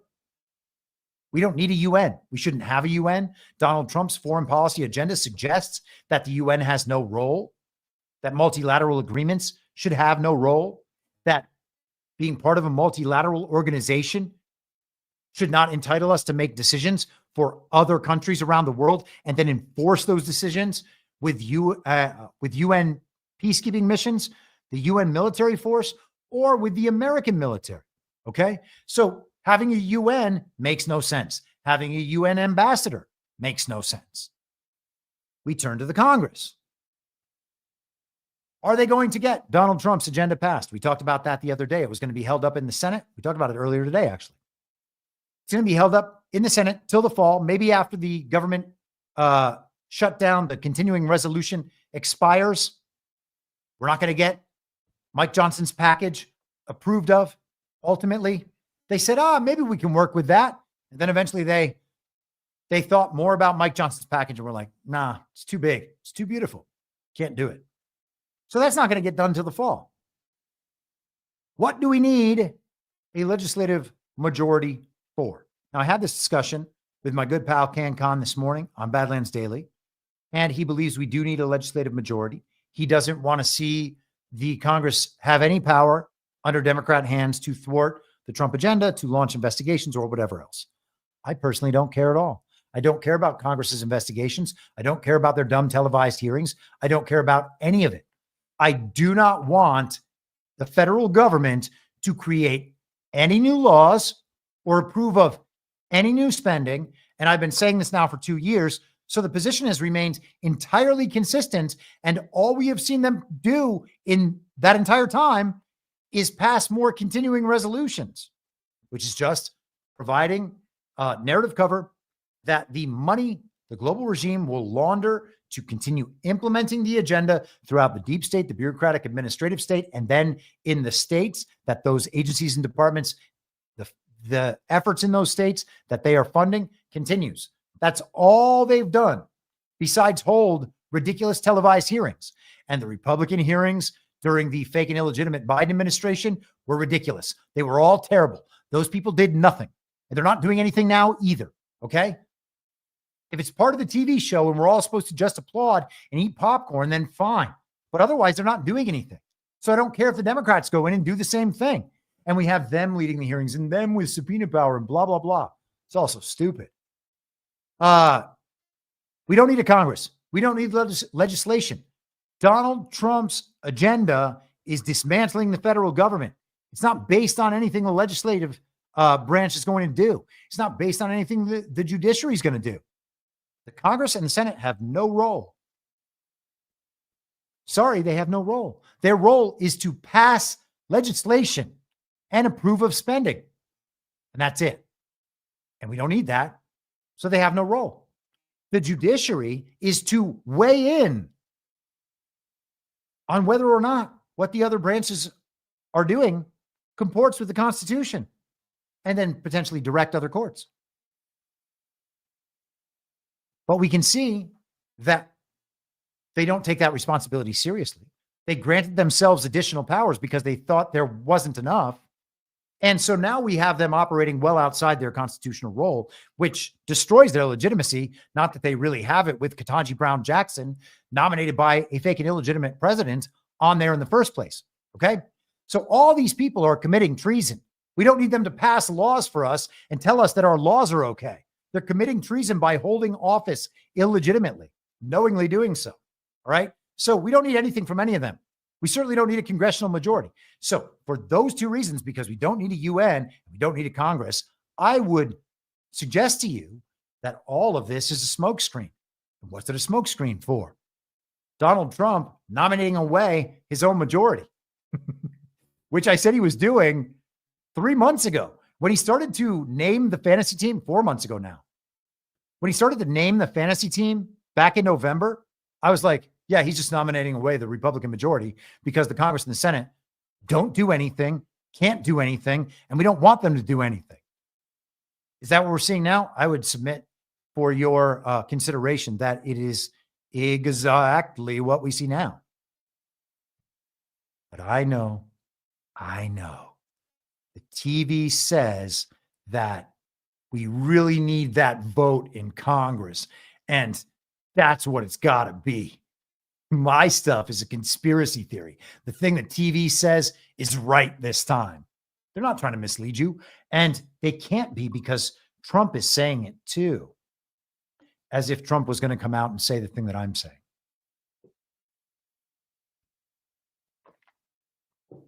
All right. Another Rumble rant. Thank you all very much for your support today, by the way. Unathiok. I hope I'm saying that right. $5. As I've said previously, I love your reasonable way of communicating issues. You're one of my favorites. Well, thank you. I assume that because of that, you have great taste in the rest of them, but I am really only willing to provide you that compliment based on myself. I'm kidding. All right, let us continue. More domestic issues. Man, maybe I'll skip over the some of the boring Mike Waltz stuff, the Signal stuff. Maybe I won't. Maybe we'll just blaze through it.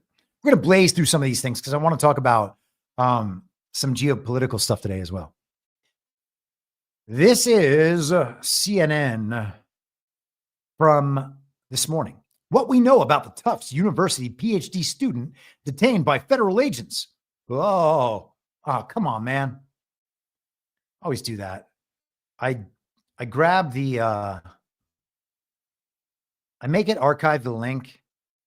I grab the archive link, and then for whatever reason, I copy and paste the original link into my notes, and the original link is behind the paywall, so then we have to go to the archive link. That is where we are now. CNN, what we know, I already did that headline, whatever. They've updated the story since last night when they originally put it up. As the sun began to set Tuesday over Somerville, Massachusetts, Turkish national Rumeysa Öztürk was on her way to meet friends at an iftar dinner where they would break their Ramadan fast. Oh, wow. The details. It's going to be so dramatic. They're making sure that we know this person is from another culture, a protected class, no less. But she would never make it to the gathering, according to her attorney. Instead, the 30-year-old was arrested and physically restrained by immigration officers near her apartment close to Tufts University's, there we go, Somerville campus, where she was a PhD student. Lawyer Masha Kanbabai told CNN 6 plainclothes officers surrounded Öztürk as she walked alone. Neighborhood surveillance video appears to show. The officers did not show their badges until she was restrained, the video shows. Ozturk is one of several foreign nationals affiliated with prestigious American universities to be arrested for purported activities related to terrorist organizations amid the Trump administration's immigration crackdown. They include Mahmoud Khalil, a prominent Palestinian activist taken into custody this month outside his Columbia University apartment. Ozturk, quote, engaged in activities in support of Hamas, a Department of Homeland Security spokesperson said Wednesday in a statement without specifying what those alleged activities were. Okay, so masked men round up a leftist activist that they are putting under the cover of being a university student. Now, let's go to Marco Rubio first, and then we'll come back to the ultimate, what I believe is the takeaway here. Let's go to Marco Rubio. A couple statements from Rubio about this. Secretary, a Turkish student in Boston was detained and handcuffed on the street by plainclothes agents. A year ago, she wrote an opinion piece about the Gaza war. Could you help us understand what the specific action she took led to her visa being revoked? Yeah. What was your State Department's role in that process? We revoked her visa. It's an F1 visa, I believe. We revoked it, and here's why. And I'll say it again. I said it everywhere. Let me be abundantly clear, okay? If you go apply for a visa right now, anywhere in the world, let me just send this message out. If you apply for a visa to enter the United States and be a student, and you tell us that the reason why you're coming to the United States is not just because you want to write op-eds, but because you want to participate in movements that are involved in doing things like vandalizing universities, harassing students, taking over buildings, creating a ruckus, we're not going to give you a visa. If you lie to us and get a visa and then enter the United States and with that visa participate in that sort of activity, we're going to take away your visa. And once you've lost your visa, you're no longer legally in the United States, and we have a right, like every country in the world has a right, to remove you from our country. Well, that's pretty simple. Now, we don't want the federal government going after peaceful protesters because, of course, the right to assemble and submit our grievances to the government is part of the First Amendment. So that part's no good. But if we have foreigners coming here to engage in protest activities and activist work on behalf of the global regime here in the United States in efforts to further their color revolutions, well, then we should have the right to cancel their visas, or we should have the ability, I should say, not the right, to cancel their visas and have them removed. That seems perfectly rational. Let's hear from Rubio once again. Action is simple. Your visas expire, your visas revoked, you have to leave.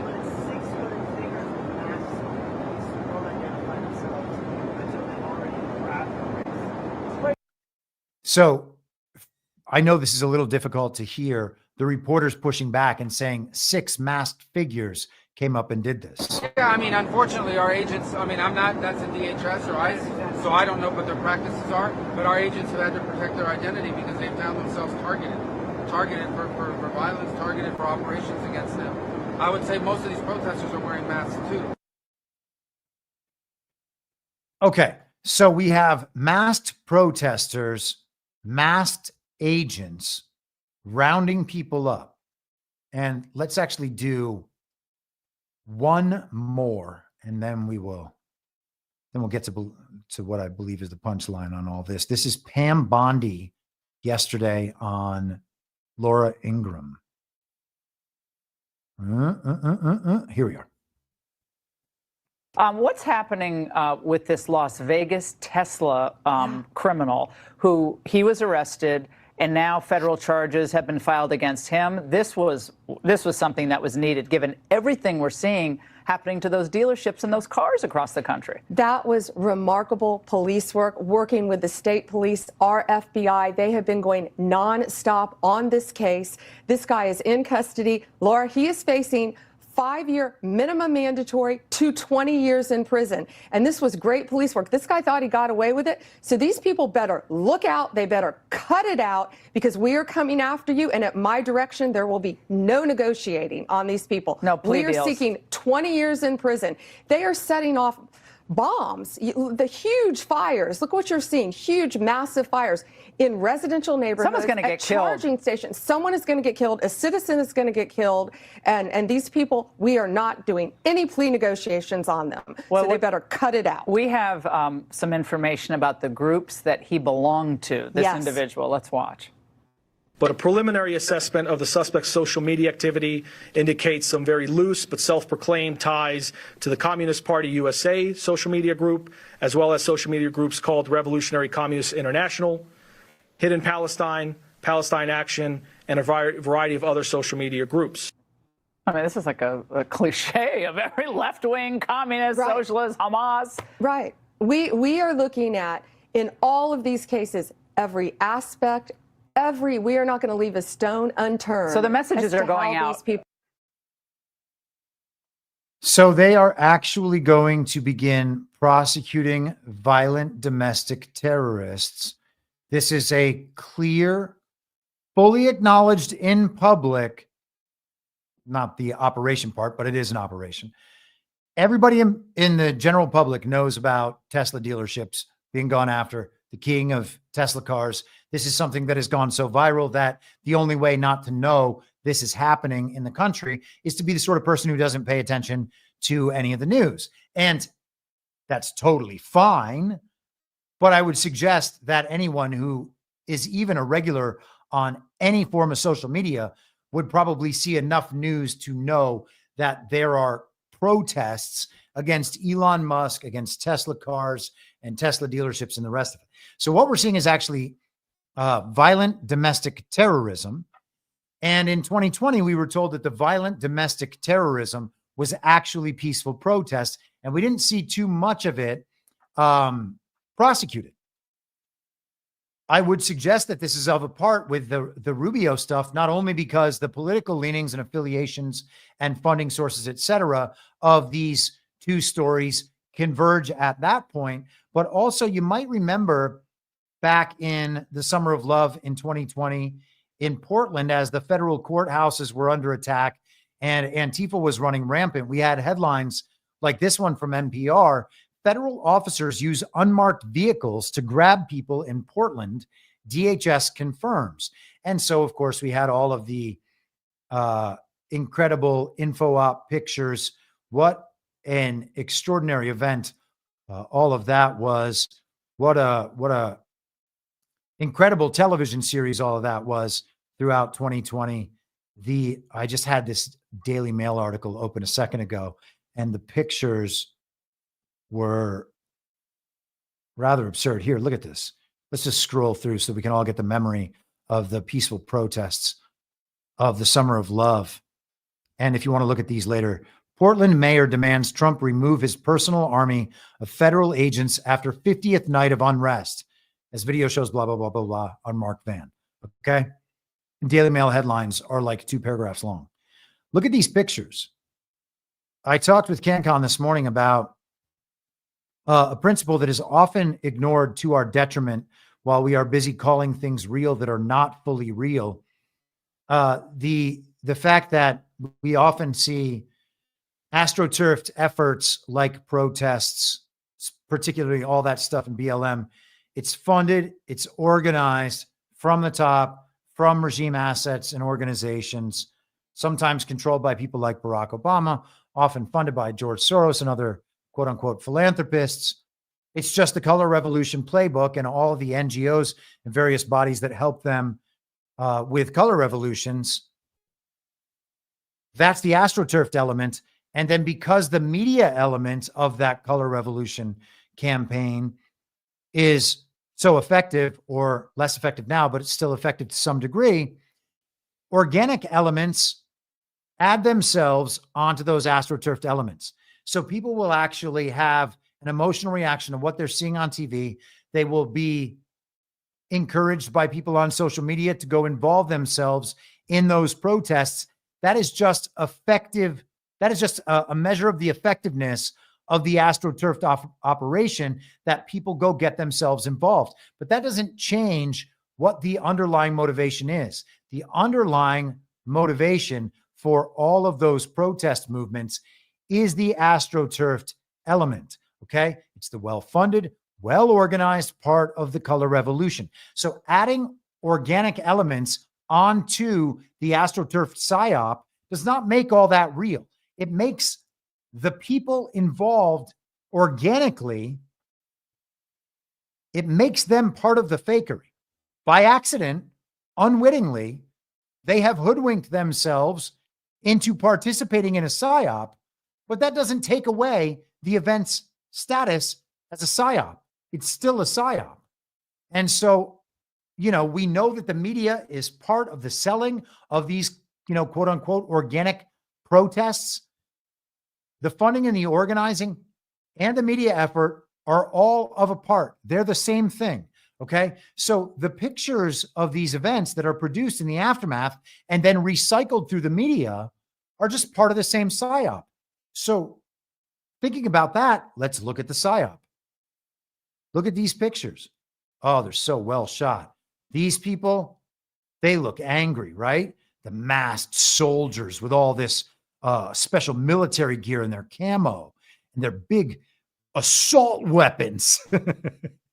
And then you have this poor protester showing Breonna Taylor, who is herself the subject of a psyop, this very soy-based communist here with the mask, another person of color or not, that looks like a white hand, another mask. You can continue on down, more military. These are the bad guys, boarded up stores throughout the city. They're carrying off these peaceful protesters. All the graffiti left behind, these people walking through and viewing it as though it's a museum. That's what that is. That's a picture of people strolling through a museum, except it's a cityscape and all the artwork is done by degenerate communists. More masks. All cops are bastards here. More masks.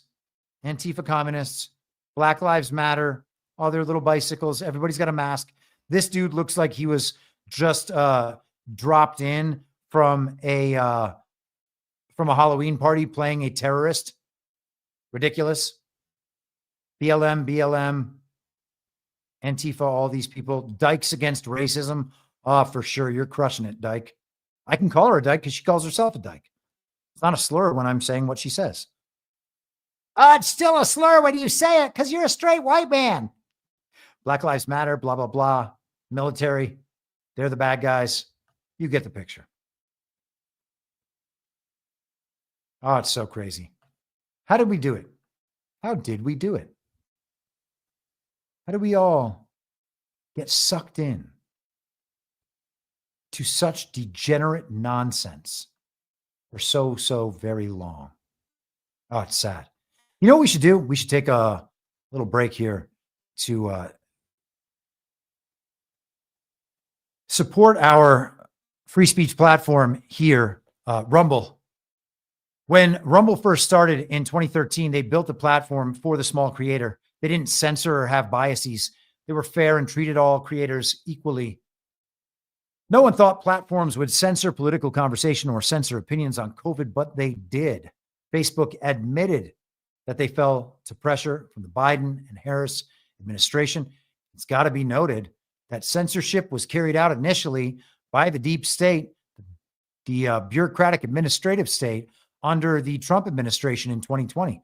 I got banned in 2020. That wasn't the fake President Joe Biden doing that. But Rumble did not censor free speech. They held the line. They are attacked daily for giving us a voice to talk to you.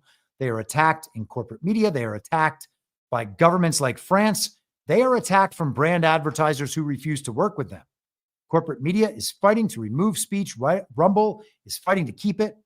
Rumble won't survive with brand advertisers because they don't get much of it. Watching this show on Rumble is the most they can ask. But if you really believe in the fight and you have the means, one major way you can help Rumble survive is by joining Rumble Premium. Join the community that believes in the First Amendment and believes in our human right to free speech. Rumble is offering $10 off with the promo code studio when you purchase an annual subscription. Go to rumble.com/premium and use promo code studio for $10 off. And thank you for your support of this show and for the Rumble platform in general that has made it possible to host my show for so very long. And if Substack wants to start advertising, hey, Substack, go right ahead and I will give you props in absolutely the same way, because Substack, I've had no problems with them in the last 5 years now of doing that. And well, for processing, I might be able to find a particularly interesting notification that I got yesterday. I'm not sure I'll be able to locate it, because you know how notifications are. In 24 hours, they're pretty well buried. But maybe I can scroll quickly and not hold too long for this amount of processing. It was quite a surprise yesterday. I'm not sure that it means a whole hell of a lot, but I'll take it if I can find it. And if I can't find it in about another 10 seconds, I'm going to just spill the beans on this. And I don't believe that I will find it. But I found out yesterday that my Substack is number 12 in the philosophy category, right after Pam Anderson, 8 slots down from Slavoj Zizek, who's like, I guess, a Marxist or a leftist or something, but like a world-renowned philosopher, and ahead of people like James Lindsay and Coleman Hughes, who are both normies who pretend to be edgy and right of center, but are really just statists and leftists and boring as hell as far as I'm concerned. And also Nick Land's publisher, Imperium Press, who I think are awesome, by the way. If anybody knows Imperium Press, I would love for them to publish my eventual book, and I think it would fit in their oeuvre.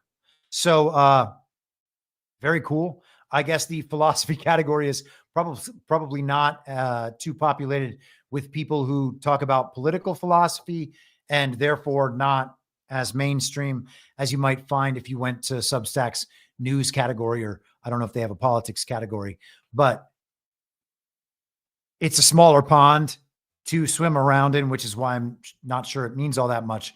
But being number 12 around those names is pretty cool. So whatever.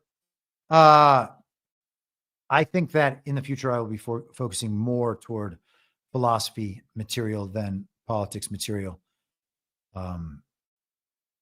Oh man, Maggie D8 just said, bro, you might be right under Pam Anderson, but you have a far superior audience. Thank you. And I would agree with you.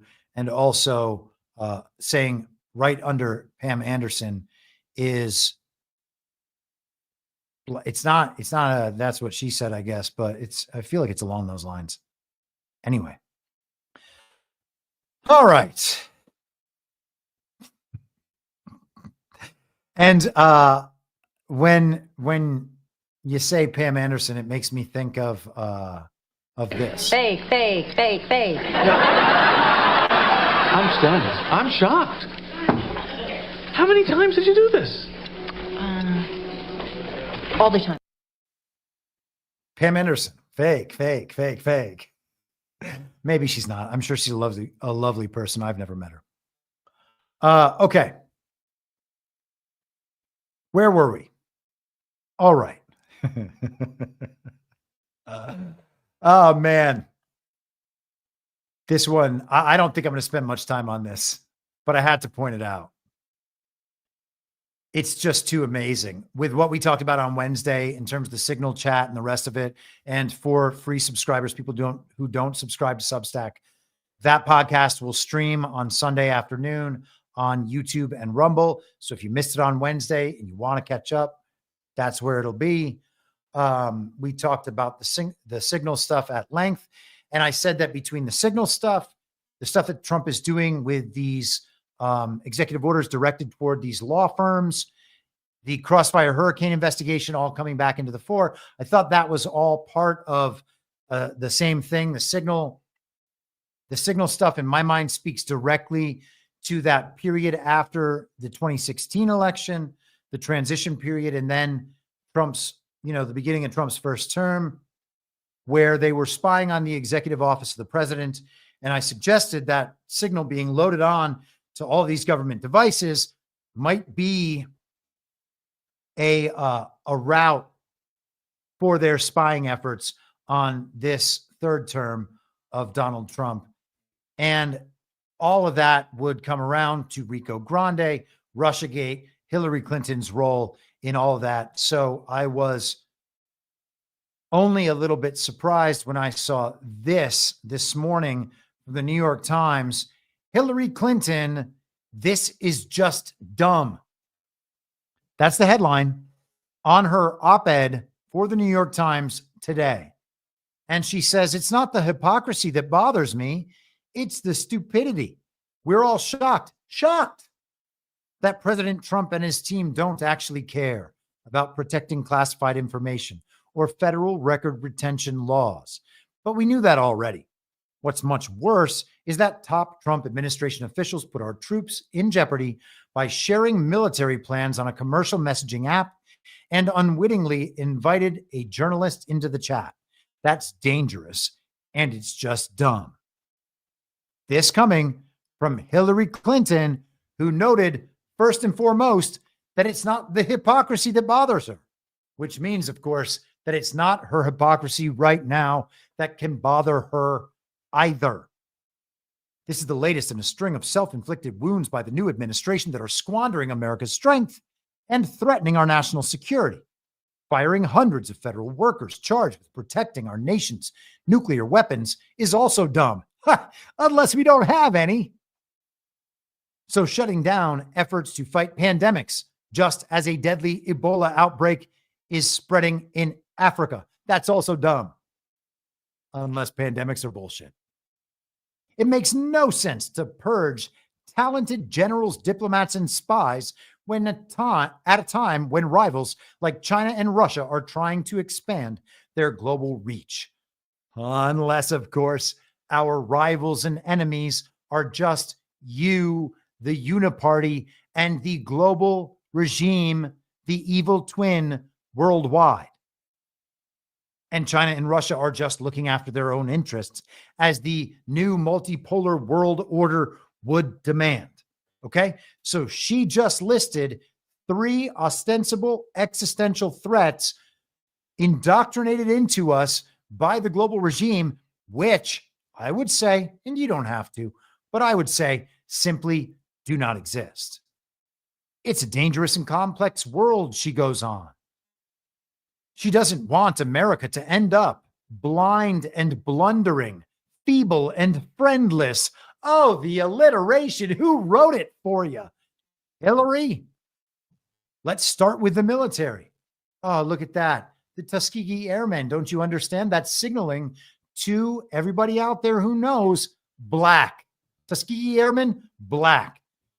She's claiming the Trump Pentagon purged images of the plane that dropped the atomic bomb and ended World War II, not because nukes are fake and not because that would be an atrocity, but because its name is Enola Gay. That's dumb. Instead of working with Congress to modernize the military's budget to reflect changing threats, the president is firing top generals without credible justification. Well, that's your opinion, but firing top generals who happen to be working for the global regime and the military-industrial complex, that's a good way to save money.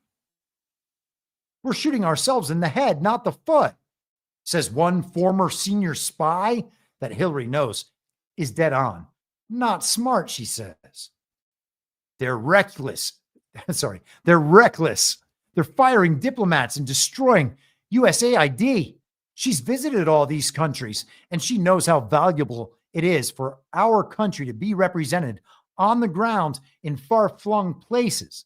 That's right. She wants the State Department and the CIA. She wants the evil twin faction to have U.S. military and intelligence support in every country around the globe. because we're Team America World Police, and we make sure that those countries remain under regime control at all times. Trump is threatening that and taking that away. So Hill the Thrill is very upset. Let's just get down to the end here.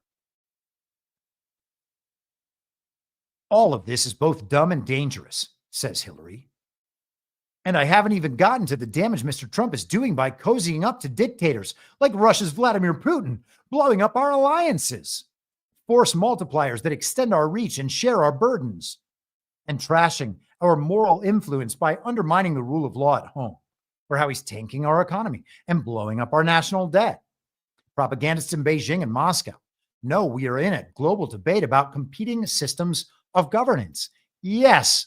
And the good twin in America, along with those governments and others around the world, have won that argument. The multipolar world is emerging. There's nothing that the unipolarists, the unipolar bears can do about it.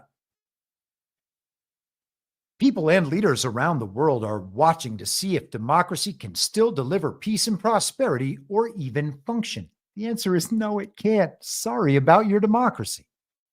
If America is ruled like a banana republic with flagrant corruption and a leader who puts himself above the law, we lose that argument. Yes, that is dead on accurate, and you just did that a couple years ago. We also lose the qualities, that have made America exceptional and indispensable. If there's a grand strategy at work here, I don't know what it is. Well, hey, Hillary, maybe that's dumb because I know what it is. My audience knows what it is. Donald Trump knows what it is. He tells us over and over again, as do all these other leaders around the world, you can know what it is. You just don't. That's just because you're dumb or you're playing dumb, which means you're lying. And come on, that's what it is. Maybe Mr. Trump wants to return to 19th century spheres of influence. Yes, early 19th century. Maybe he's just driven by personal grudges and is in way over his head. Nah. As a businessman, he bankrupted his Atlantic City casinos. Now he's gambling with the national security of the United States. Oh, so clever. If this continues, a group chat foul will be the least of our concerns, and all the fist and flag emojis in the world won't save us. Oh, Hillary, you nailed them. They're so dumb. You're so smart. You're so irresponsible. Let us pause. Unati OC. Unati OC. That's what the name is. $2. It's pronounced Unati. The end is OC. Unati is from the isiZulu language. Well, very cool. I just learned that. And if you tell me what it means, don't rumble around it. You don't have to give me money to tell me what it means, but I would like to know what it means. And then I will be interested if I see your comment there. Jonathan 121878, $10. Thank you for your interesting commentary. Well, thank you for your attention, your support, and your financial support. And the Dark, $5. Thanks, Chris, for all you do. Thank you. Let us continue. Where are we? Okay, so let's tear through a couple of these really quickly because I want to just give the minimum possible attention to the biggest story of the week, because the biggest story of the week, as is true with all big stories, it's mostly bullshit. And it's not. The story at the heart of the story is fine, okay? The story. Let's know the story. We can know some of the details of the story, all good. But that doesn't mean we need to invest all our time and energy in all the noise around the story and the recycling of the story. Let's tell the official story within the central narrative over and over and over again. And you can tell an info op, an intentionally planned series of narrative steps, because there will be one minute detail that emerges, one new thing. And within the story about that new thing, they will retell the entirety of the official narrative from the perspective of the regime, and they'll do it over and over again. And each day there's a new important detail in a headline in order to reassert the official story within the central narrative and make sure that absolutely everybody believes it. They want 100% saturation throughout the public, getting the official story within the central narrative. Okay. And so this was the news story yesterday in the morning, or maybe it was Wednesday night. How did this happen? Mike Waltz exposed hundreds of contacts after leaving Venmo public. And this is the Gateway Pundit. The same organization that, along with Scott Pressler, let us know that there's no way that election in Pennsylvania was rigged. Nothing's been done to make our elections real. And Pennsylvania's elections are always rigged, but not that one. And the Gateway Pundit, for some reason, just knows that. It's not that it's a clickbait site with owners who really don't know anything. It's definitely not that. It's that they just know these certain things. And so now they're involved in the anti-Mike Waltz op. Now, I'm not pro-Mike Waltz or anti-Mike Waltz. I don't care. And I don't have a vendetta against the Gateway Pundit. I believe at times in the last few years, it has been a valuable news outlet and one that I've spent plenty of time as a reader.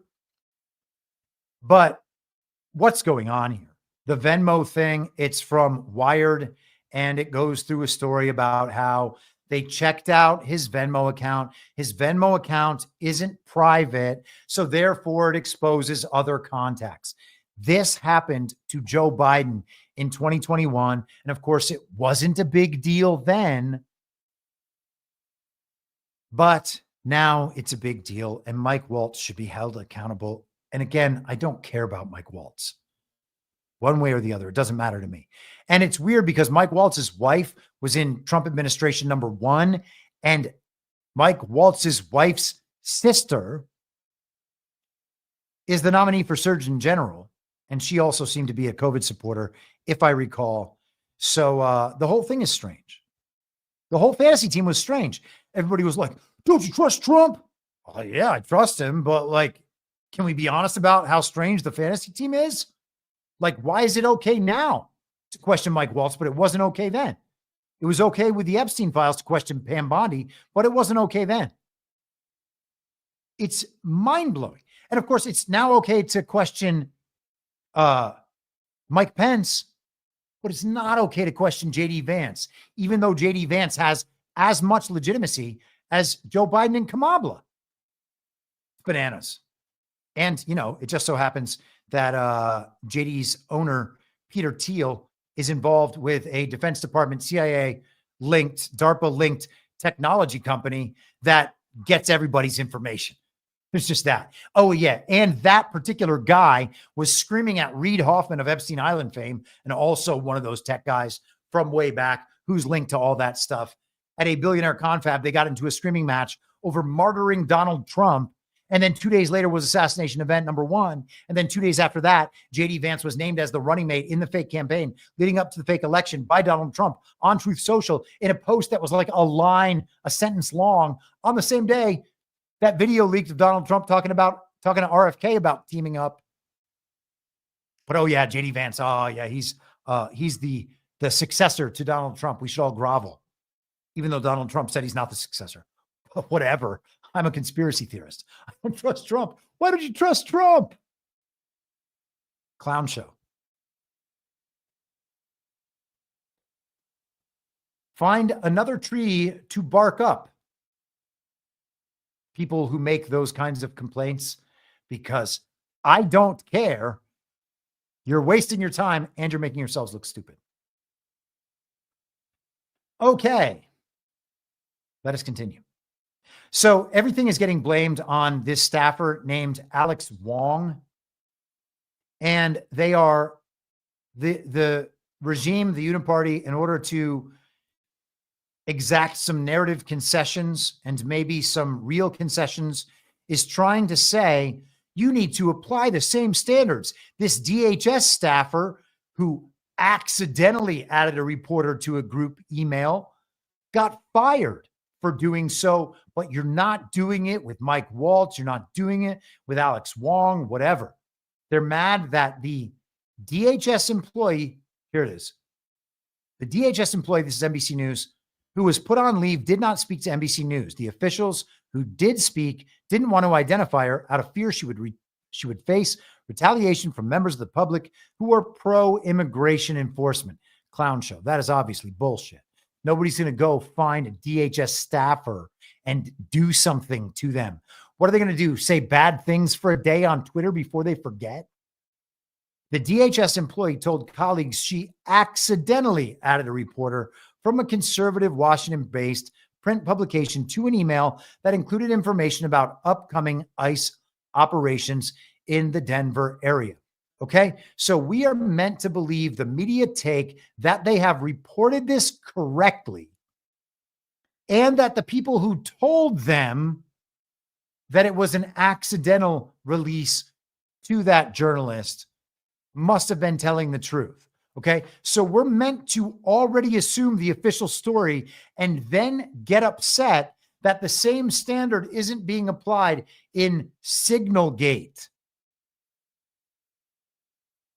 Or we can suspect, hey, maybe this particular staffer was sending that story out to stop that immigration raid, to actually expose operational details. So that was punished. Whereas the people responsible for knowing all the things and choosing the punishments don't see this situation in the same way.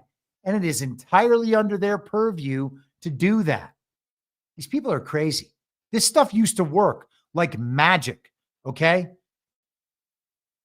All I care about is that we can see through these things. Now, there is Senate pressure from the GOP side to remove Pete Hegseth. GOP lawmakers turn up the pressure on Hegseth, according to The Hill. So Hegseth had nothing to do with the adding of Jeffrey Goldberg. He wrote some texts in the chain. We're told that those were the important attack plans. They're no longer war plans. They're attack plans, but they never really gave details. They didn't give sources and methods, but they didn't want Hegseth in there to begin with. So, of course, there's a new effort to get Hegseth out from all the people you might suspect. Neocon and warmonger Roger Wicker. He said the information as published recently appears to me to be of such a sensitive nature, based on my knowledge, I would have wanted it classified. Well, therefore, because he says that, that's almost the same as it being classified, which means that Pete Hegseth did something wrong in discussing it. Therefore, Pete Hegseth must resign. And so we've seen those efforts from the neocons over the last week, from the Republican establishment over the last week, because these people are controlled by the military-industrial complex and the uniparty establishment. I said the other day, Bill Kristol, like King Neocon, called for Hegseth to be fired, said that was going to happen today. To my knowledge, that hasn't happened yet. Someone can correct me, though the business day is basically over. The news day is not. They wanted him removed and to be replaced with Tom Cotton. Tom Cotton, fellow neocon, seems to be getting exposed as such to the American public, even though Fox News told us Tom Cotton was like the staunchest of staunch Republicans, the most conservative of conservative Republicans, and the most military of military Republicans. It's like they were trying to make him a new national candidate, a potential presidential candidate, put him in the mix at some point. Doesn't seem like it's going to happen. This is from the National Pulse today. Neocon editors are rushing to defend Mike Waltz, which is not good for him. Now that is an interesting spin. So they're defending Mike Waltz, the guy that added Jeffrey Goldberg, and they want Pete Hegseth out there. So the same group of people, or people that are inextricably linked. You can't separate Commentary's neocons from the Atlantic's neocons or the National Review's neocons or Fox News's neocons, okay? The conservative establishment is basically a group that works cohesively to advance the uniparty right agenda in the United States and oppose Donald Trump at all times. And Commentary is a very anti-Trump neocon outlet. And it's not like they're hiding it. They admit they're neocons. I actually interviewed one of them, Noah Rothstein, in 2020, in the summer of 2020, talking about them being neoconservatives. And I, at the time, was listening to Commentary and listening to National Review because it was like in that stage where I was like, what are these Republicans? It seems like maybe there's something to this. So we're not going to spend too much time on this, but you can check out this article in Raheem Kassam's National Pulse, and I would recommend it to you. So they're going after Hegseth. They are defending Mike Waltz. We are being told by Semaphore that the Fight Club mentality is growing. Trump avoids firings as pressures grow. This is about Steve Bannon and his declaration that no one's going to be fired. They need to stand up to the media. And by standing up to the media, they don't mean just winning the narrative. They mean this is a media operation to remove people from Trump's administration. They're trying to turn the pressure up so high that they can get rid of these people who are doing what Trump wants them to do and replace them with members of the establishment. The media isn't an independent, objective, journalistic institution. It is part of the opposition. Bannon said, the lessons of Mike Flynn are resonating in this, and has described the president's policy as a no scalps policy. They're not going to allow the media or the establishment, be it uniparty left or uniparty right, to get the scalps of members of Trump's administration. All right. Wow. We are barreling through things. We're going to have, oh gosh, we're not barreling through nearly fast enough. This is from 2020. Maybe, when was it? The article's from 2024, but these are posts from Elon that are considerably older, I believe. I thought there was something here older than that. Oh, here it is. Elon on January 7th of 2021, the day after, or maybe the day of, no, I think it was the day before. I think it was January 6th. In that afternoon, Parler was shut down, cut off from Amazon Web Services. People were looking for ways to text in secure ways. That might have been the day I quit WhatsApp for good. But Elon said back then, use Signal. And so this article is from last year, May 2024, about Catherine Marr being on the board of Signal. And Elon said there are known vulnerabilities with Signal that are not being addressed. Seems odd. So that was strange that he would put out the message to use Signal in 2021 and then update that a few years later. Interesting additional piece of information, if nothing else. And here is the non-successor J.D. Vance opining on his role in SignalGate. I believe that I have that. Where did I? J.D. Vance excusing his messages. Where did I put it? Sometimes I will rug myself by mislabeling. Darn, I was certain that I had that. I think that I have blown it. Hold for processing just for a moment and let me see if I can get that back. I would like to be able to play it because I thought that it was quite interesting. And I do wonder where it has gone. Here it is. Maybe I only... Here we go. Apologies about that hold for processing. Atlantic. We've had a couple questions on Greenland. I feel like you've answered that. But I did want to ask, did you express your concerns to the president that you were opposed to the Houthi strike? And also, what did you mean when you asked, or when you said in that thread that the president wasn't aware that his directions for Yemen were inconsistent with his message on Europe? Well, I didn't quite say that. I think that's a slight misunderstanding of what I said, but He basically said exactly that. That reporter did a fine job of representing his remarks. And of course, they make JD look bad, so he's saying that's not what he said. And then he, of course, pivots. We've talked, of course, in the American media about SignalGate, as I called it, for the past week.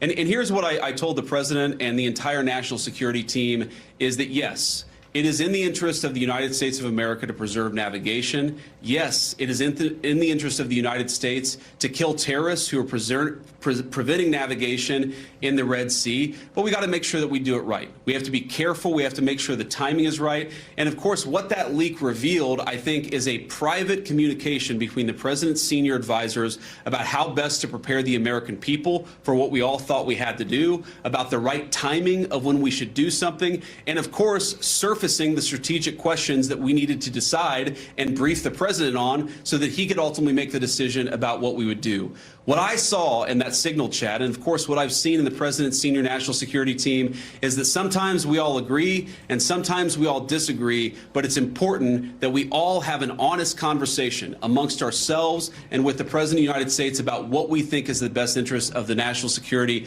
of the United States of America. I support the president's decision to strike the Houthis. I always supported the president's decision to strike the Houthis, and I support the national security team having the argument about how best to serve the American people. I mean, to be fair, he said they could wait a month. So I don't know how else to take those comments.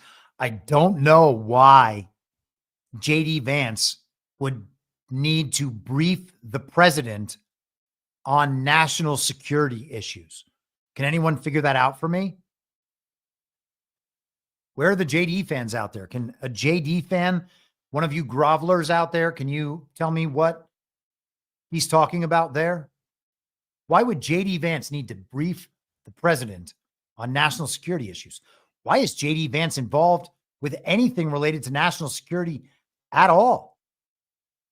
Is that the vice president's role? I've never known the vice president to have an advisory role on national security matters to the commander in chief. Now, if Donald Trump has tasked JD Vance with doing that, okay. I haven't seen anything about that. I've never had any reason to believe that's true. I can't imagine that Donald Trump and the real generals, not the TV generals, are talking to, are needing JD Vance's advice. Like, are the real generals talking to JD first and being like, hey, JD, why don't you throw this around in a group chat with Pete Hegseth and Tulsi Gabbard? What?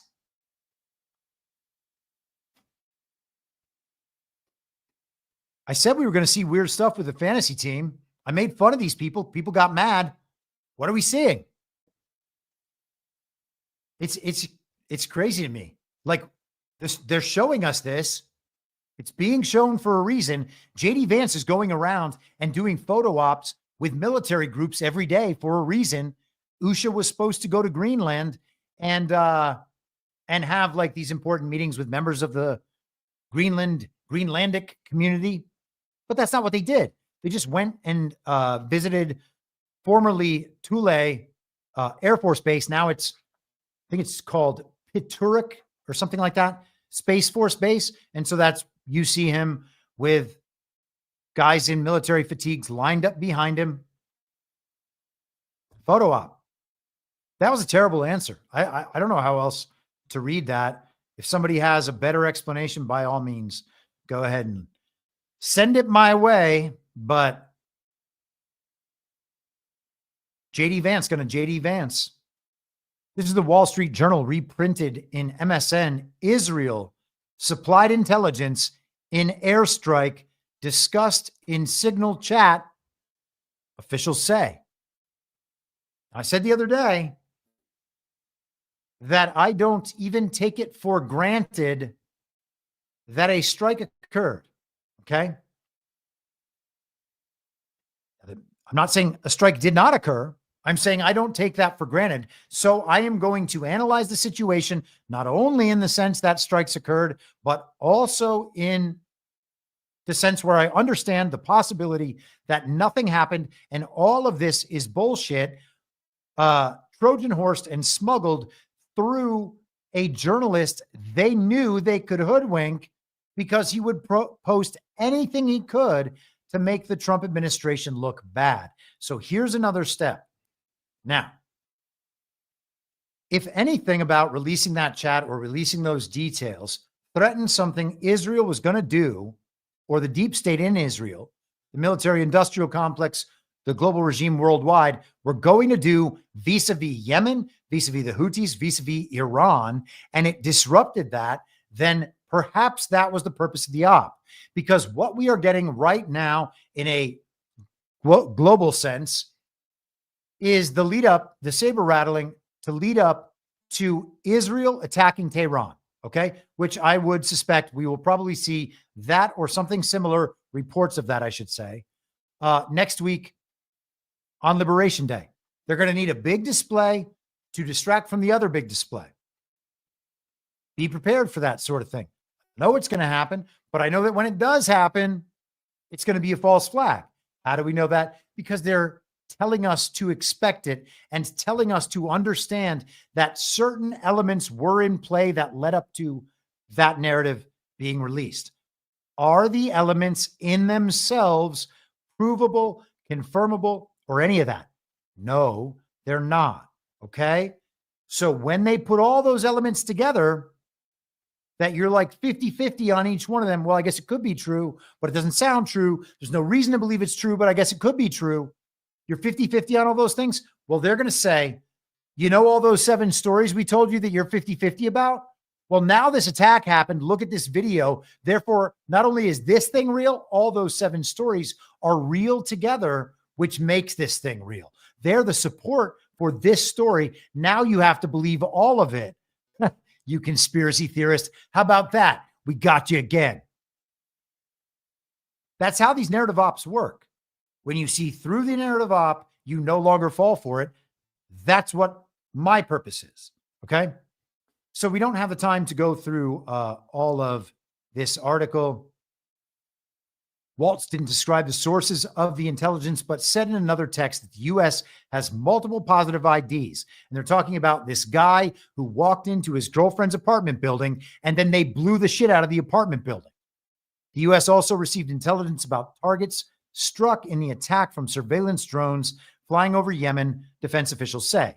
Now, all of this is premised on the Houthis attacking U.S. assets last year. We went through some of that last year. The stories from last year have that 50-50 quality. Did this thing actually happen? No. It was always, oh, they struck 3 or 3 were killed or blah, blah, blah. And if you actually pull at those threads on those stories, you pretty quickly find out that they're not what they made them out to be. In fact, one of the stories, they were like, oh yeah, it wasn't even the Houthis. But still, it's all justified. It's all real, blah, blah, blah.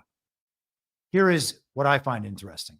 The Biden administration sought last year to develop options to strike senior Houthi military and political leaders and approach the Israelis and Saudis for help, according to people familiar with the classified planning.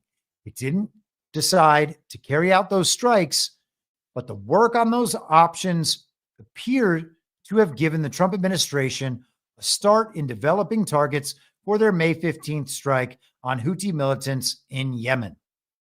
So the thing that was supposed to happen last year and could have happened last year just happened. And that's what Jeffrey Goldberg has told us about. And because of SignalGate now, we all believe that it definitely happened. It's all premised on bullshit stories, and it itself might be a bullshit story, but we did see videos, and now there's this Goldberg thing, and all the TV characters and our future leader who we grovel before say it's real. So, and Trump announced it, and Trump never says things to manipulate regime narratives and take control of those regime narratives, except for the fact he does that absolutely all the time. So we should just accept that the TV story is correct about all this, even though it's never correct about anything else. Nailed it. Oh, we're crushing it. A perfect epistemology for a truther to have. Hey, I've got all these other unbelievable stories. If I put them all together, it forms a real story. All right. Let us continue. We're not going to get anywhere close to where I wanted to get. I don't think. Maybe we will. Let's just give it our best. But first, this message from Rumble.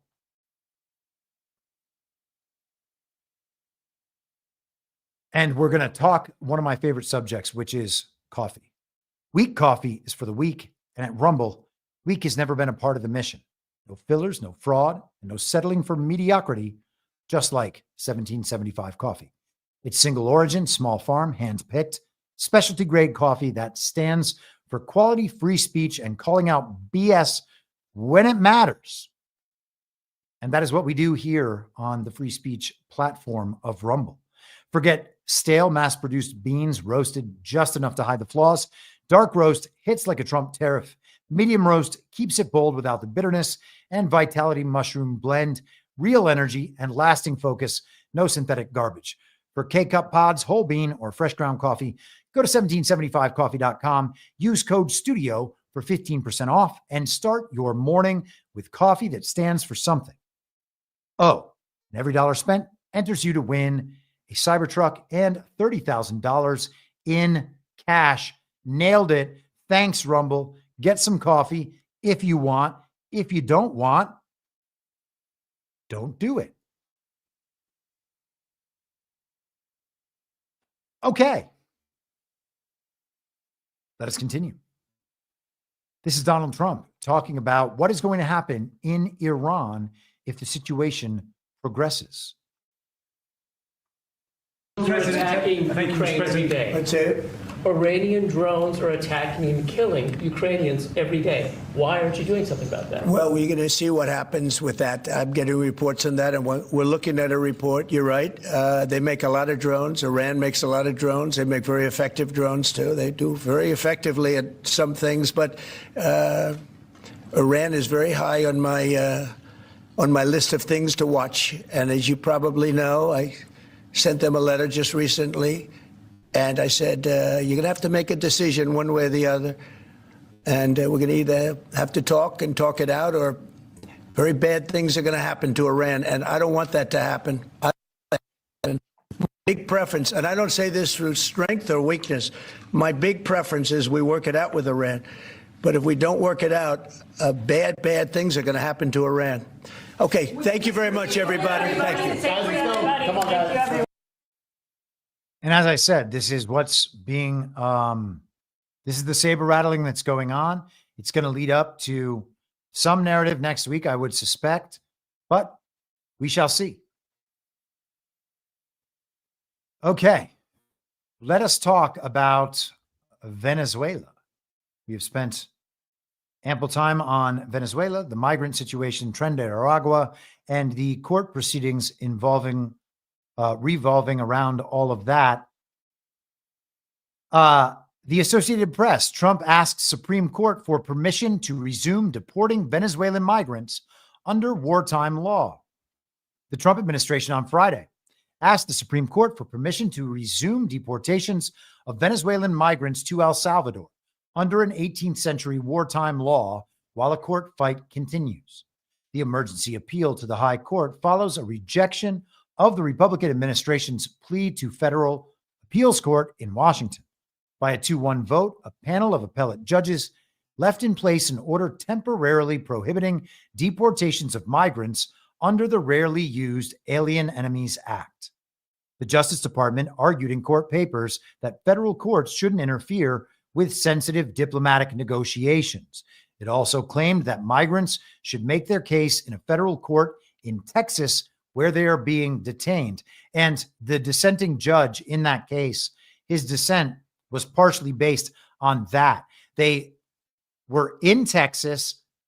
The law said they should file in Texas and that the case should be adjudicated in Texas, but instead they moved it without cause to the DC District Court. So we are going to see all of this challenged, or at least some of these aspects challenged in the Supreme Court. Cheers to that. And I am glad that is happening. Wendy B. Smith in the chat, $20 Rumble rant. You're teaching us how to see the BS right away, like learning to see the magic eye images where you get your eyes just right and then bam, the 3D image pops out. BS just pops out now. Thanks, Chris.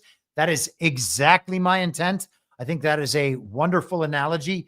They're like impossible to see when you first start looking at them. And then you kind of just figure out how to see the background behind the foreground and like cross your eyes a little bit. And then it eventually works. So anyway. Okay, let us continue. The New York Post spazzed out this morning. Vladimir Putin threatens to finish off Ukrainian troops after warmongers' bold violation of U.S.-backed partial ceasefire. So we have had headlines this week about how Ukraine and Russia have both violated the ceasefire using drone attacks on one another. And do we know that, quote unquote, Ukraine is attacking Russia or that Russia is attacking, quote unquote, Ukraine? No, we don't. If there is any kinetic action at all, we should assume that in every place around the world, it is global good twin versus global evil twin. Now, once you do that, once you are only looking through good twin, evil twin, rather than country name A versus country name B, it's like, oh, all the kinetic stuff is happening because of the regime, either because they are attacking and being responded to, or, well, I guess that would be the either. They are attacking of their own accord, or they are being responded to by countries like Russia. And I would assume the same thing is true to the extent anything kinetic is going on with the Houthis or Iran or in Gaza or anywhere else. That's what's happening. The regime is trying to create the reasons for the U.S. to be drawn into war. They are trying to create World War II over their next Israel that they're trying to take over in full, Ukraine. It was their original Israel, if you know what I mean. And I'm not saying it was the original Israel, but the Israel now is also not the original Israel. So, you know, global regime proxy states, they don't want to lose the one that is right in the ancestral seat of the Khazarian Empire and the Khazarian Mafia.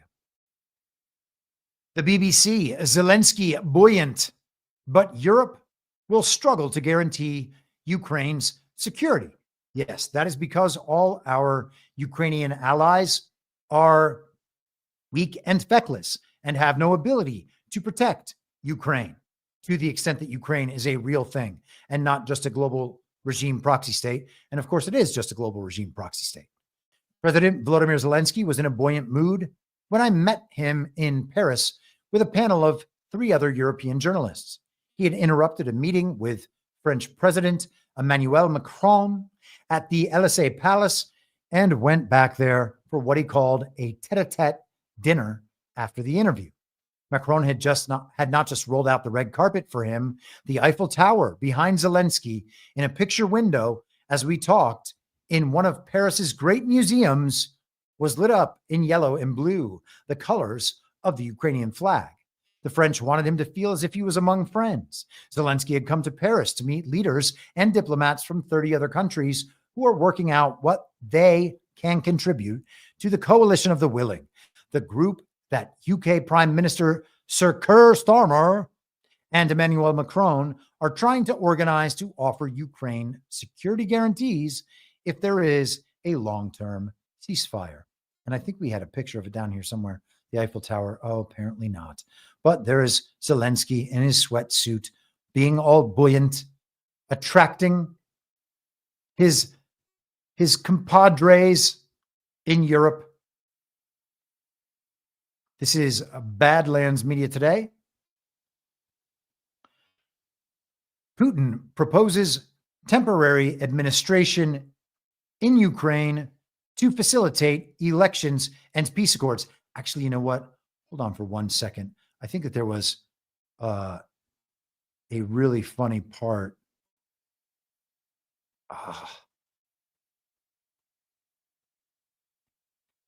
Darn. CanCon shared something this morning, and I thought maybe it was in that BBC article. But they were mocking the idea that there were referenda held in Crimea, Donetsk, Lugansk, Kherson, and Zaporozhye to become part of Russia. But there were referenda held, and they're just part of Russia. And they've all been part of Russia for years now, even though we're continually told that they are Ukraine, and that might become and might remain Ukraine, that Ukraine's going to defeat Russia, and then they'll have to pull out, and that'll be Ukrainian territory. No, it won't. Putin proposes temporary administration in Ukraine to facilitate elections and peace accords. A temporary administration could be introduced in Ukraine under the auspices of the UN, the United States, European countries, and our partners, Putin said while speaking with seamen at the port. This would be in order to hold democratic elections and to bring to power a capable government enjoying the trust of the people, and then to start talks with them about a peace treaty. Well, okay. They don't have that now. They don't have really any government there now. They have the comedic actor still pretending to be president outside of his mandate. His term has ended. New elections. What was I going to say?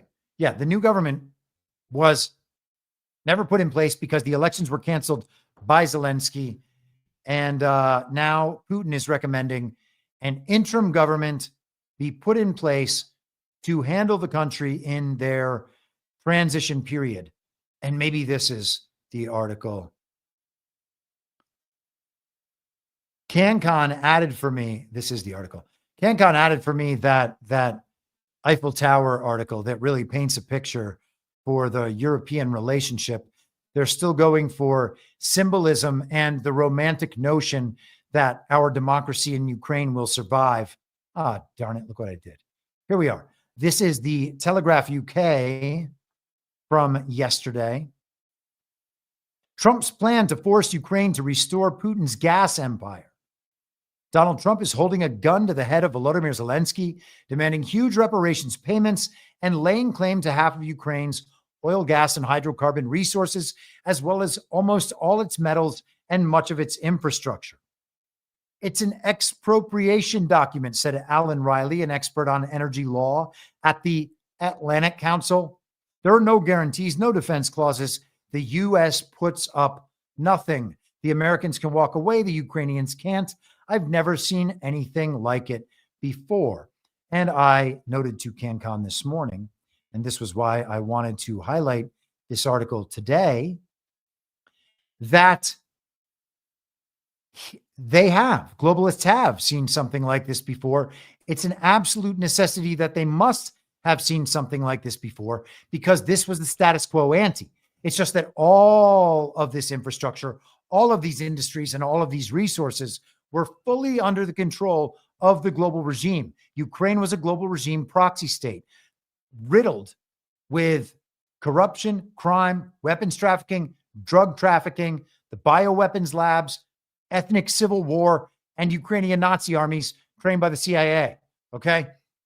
So they've actually seen this situation for a decade, since the post-Maidan period, when George Soros and the International Monetary Fund flooded money into Ukraine to set up global regime-oriented businesses connected with the World Economic Forum. They were installing the regime and the corporate structure that supports that regime in place. That's how all the money comes in, the citizenry of that country. If they are amenable to control by the global regime, they are happy about the economic influx, and they do not oppose the global regime on behalf of sovereign nationality and nationalism for their country. That is the regime agenda in every country. That is how they take over. So they built that infrastructure and that apparatus in Ukraine, and now Donald Trump is simply taking it from them. And we've discussed this a few times, but it is very similar to the way I view Twitter. It was government infrastructure controlled by the regime, and Elon Musk did not buy it. It was simply transferred. He's now the face of it. The information weapon was seized. It's not possible to buy for $44 billion.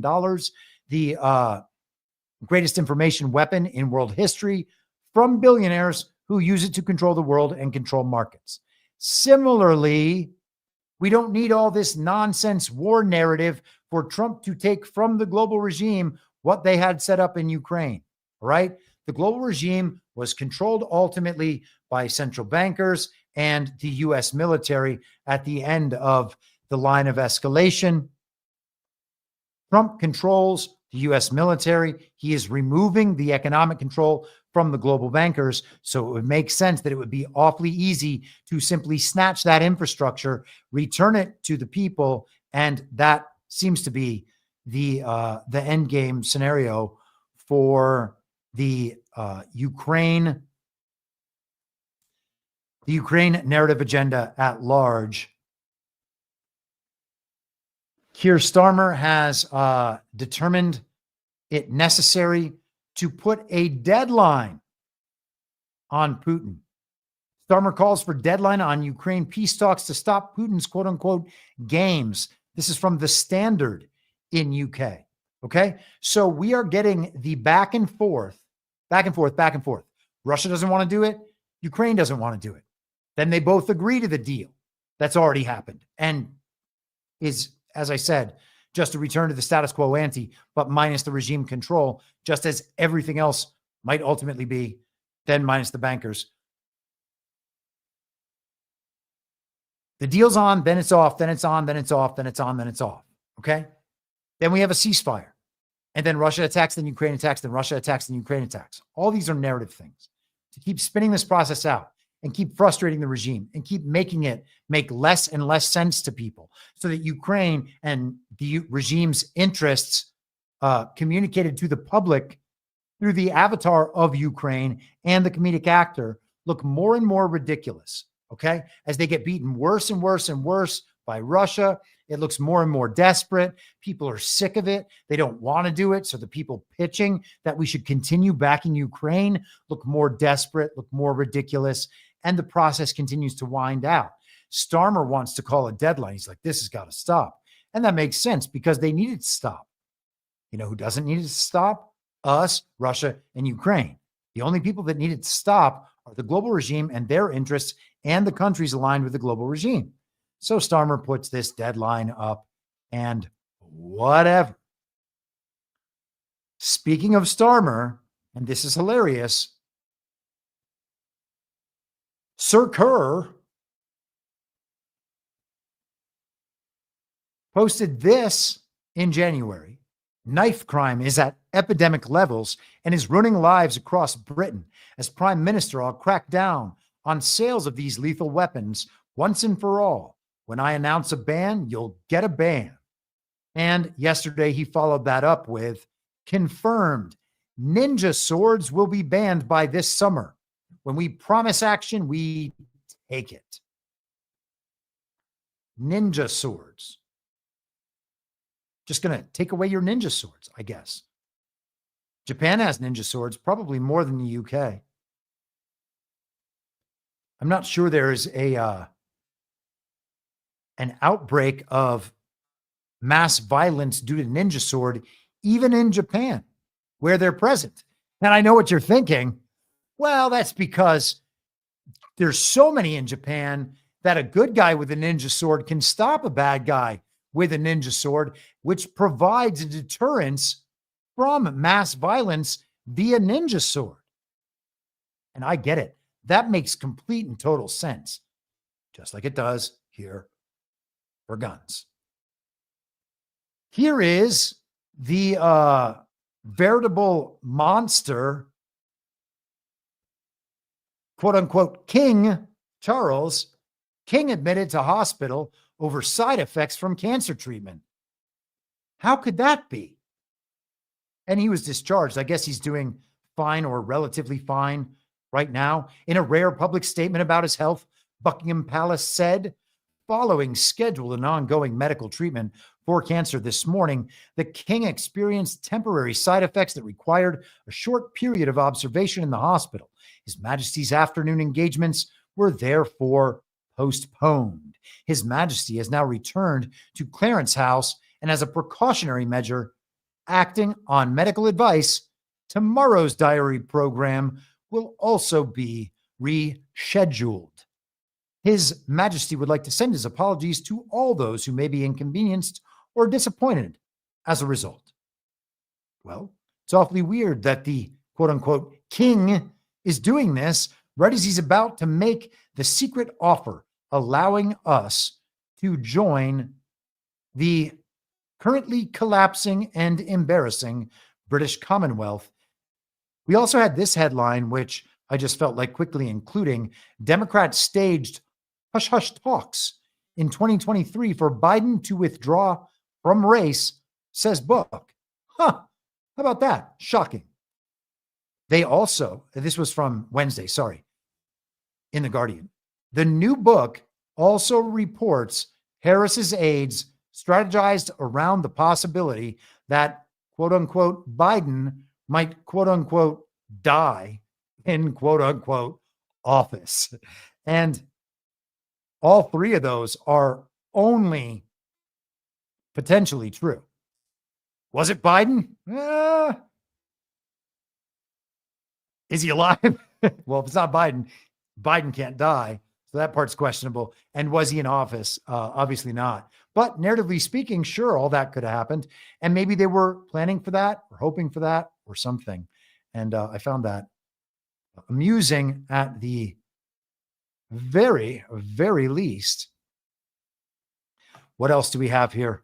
We are barreling toward the end at full speed. And you know what? We're going to skip Canada. Let's just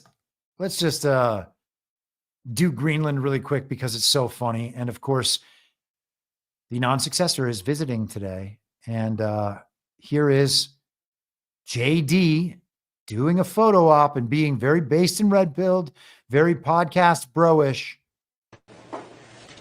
Hey guys, how we doing? Please, at ease. At ease. Good Lord, sit down and eat. Sit down and eat. Don't let the vice president stop you guys from getting your chow here. How we doing? It's cold as shit here. Nobody told me. Well, thank you all for everything you do, and thanks for having us. So please sit down, guys. Please. I want you to eat your food. Usha and I are thrilled to be here. It's a really beautiful flight, actually. You fly over some pretty cool spots. I've never been. Believe whatever you like. I think I have a Greenland clip from Donald Trump about what's going on with Greenland. We need Greenland, very importantly, for international security. We have to have Greenland. It's not a question of, do you think we can do without it? We can. If you look at Greenland right now, if you look at the waterways, you have Chinese and Russian ships all over the place. And we're not going to be able to do that. We're not relying on Denmark or anybody else to take care of that situation. All about the waterways. China and Russia are up there. We're going to need Greenland so that we can control the other half. And that is how things are going to be equalized when it comes to the trade routes around the North Pole in the North Seas. As we've been saying for months, it seems like it's becoming very clear that that is what is going to happen, or some agreement will be made so that we have the access to be able to do that. We're having the narrative played out. And by the way, who knows what kind of nonsense he might be thwarting with all of this Greenland stuff based on whatever the original agenda would have called for from the other side.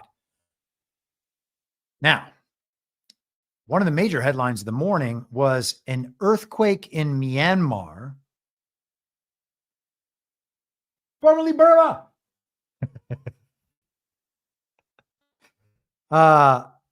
Here is some video, and you are supposed to not only be horrified, but understand that everything is happening is incontestably real.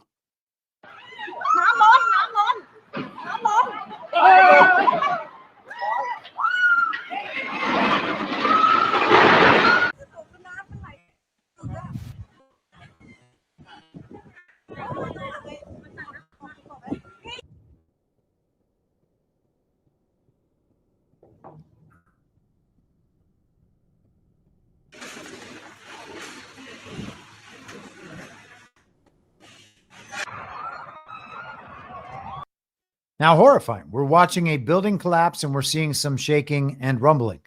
As a person who spent many years in Southern California, I've experienced an earthquake or two in my time. Nothing nearly as severe as this, but, you know, some rattling in the house, some shaking, some rumbling, some vibration. I'm familiar with that stuff. Again, this is clearly more severe, but there are some elements of this story that are a bit weird. And I just want to share a couple of those elements. This is CNN. Powerful quake rocks Myanmar. At least 144 people were killed and more than 730 injured after a 7.7 magnitude quake struck near the city of Mandalay, according to the head of Myanmar's military government, who warned that casualties are likely to rise. And so immediately it's a military government. Buildings collapse in Bangkok. The quake triggered the collapse of buildings hundreds of miles away in Thailand. At least 10 people have died in the nation's capital, and dozens are believed to be trapped under the rubble of an under construction high-rise, officials said. Bangkok is 600 plus miles away from Mandalay. We are supposed to believe an earthquake, even a strong earthquake, can knock buildings down 600 miles away? I have a very hard time believing that. But then here's the most interesting part in my mind. Myanmar, one of Asia's poorest nations, is reeling from a civil war sparked by a 2021 military coup. Weak infrastructure makes it ill-equipped to deal with major natural disasters. Swaths of the country are run by a patchwork of militias, making it extremely difficult to gather reliable information. We've been talking about Myanmar since 2020 or 2021 because they seem to have thwarted successfully a color revolution in Myanmar and frozen the assets of the Soros organizations and the color revolution financial funding infrastructure in Myanmar. They detained, arrested, and imprisoned Aung San Suu Kyi. I hope I'm saying that right. The Obama and Hillary and Soros-linked, quote unquote, elected president of Myanmar.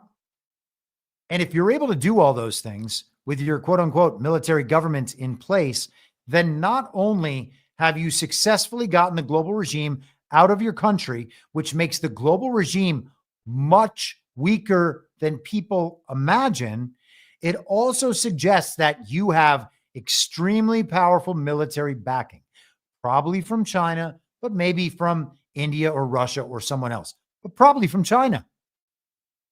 And that would also mean that China is keeping the global regime out, which a lot of people are just unable to deal with because I know China bad. And part of China is definitely bad, just like part of the United States is definitely bad. All right. That's what the good twin, evil twin analysis allows us to see through rather than getting stuck at China bad. Okay. So we're being told that the effort to assist in the recovery from this awful earthquake, this very natural disaster, is going to be hindered because the global regime is not in control of Myanmar. Someone else is. And so we should blame the military government for how poor Myanmar is and how unstable it is in responding to crises like this. And there is actually another one in this nation's military leader makes a rare call for help. But let us go down. Could take years to recover because the humanitarian effort will not be sent in. There's a strange picture. Oh, man. This is the problem when they do these live articles. There's only one link for all of this, and they keep updating. Oh, they got an influencer. 33rd floor of her apartment building. Wow. Myanmar earthquake, strongest the country has seen in over 100 years. Moving down, strange, weird picture. Same one. Gosh, man. The U.S. Embassy in Myanmar says it is suspending non-emergency services. Well, that is quite interesting. The U.S. will help, according to Trump. Man, it's killing my punchline here. Here it is. Quake comes with Myanmar grappling with the loss of $52 million in U.S. aid. And they are saying USAID programs. So not only is it the military coup that is threatening them, but at the same time, this Myanmar researcher from Amnesty International says at the same time, the impacts of U.S. aid cuts on humanitarian services in the country are just starting to bite. And they're talking about nonprofit organizations like CARE. Give me a break. So the regime is upset, and they are using this very natural disaster to make it clear to the world that that the lack of regime presence in Myanmar is going to make all these things so much worse. It's amazing. So the big picture is highly visible, and we have a very natural disaster to cover the big picture and to destabilize the anti-regime efforts in Myanmar. And on our way out, let us celebrate a bit from the so-called military coup, along with the dancing girl from Myanmar. This was the original video. This is one great way to know a country is not enduring a military coup, despite the global state propaganda media narratives to suggest otherwise. Pieces of content like this are put out to let us know, oh, hey, something else is happening.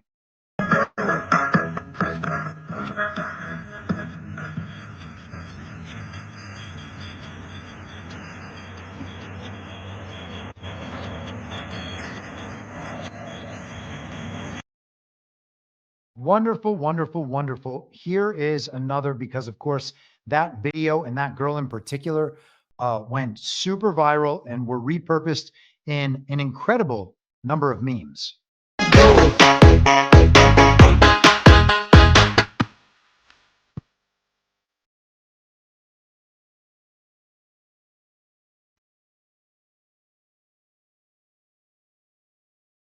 You gotta love it. You gotta love it. And the reason I bring that up is to hit one last story, then get us out of here.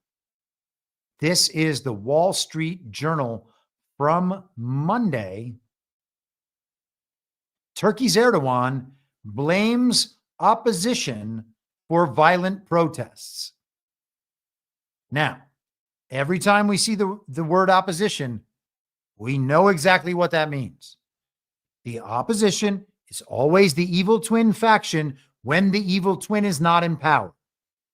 99% of the time, when you see mainstream media reporting about the opposition, that's who they're talking about.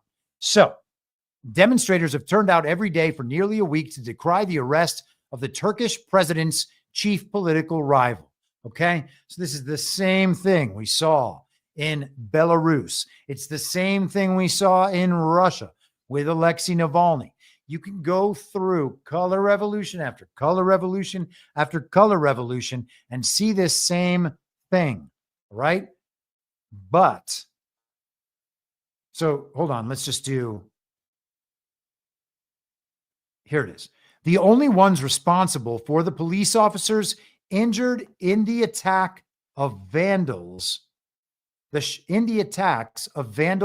shopkeepers whose windows and frames were broken, and the billions of liras of public property damaged are the main opposition party leader and his followers. Okay, so this guy's named Imamoglu or Imamoglu. I'm not sure what the Turkish pronunciation would be, but then there is one last thing to see. And let's take a look, by the way. Does this look exactly like Portland in the summer of love?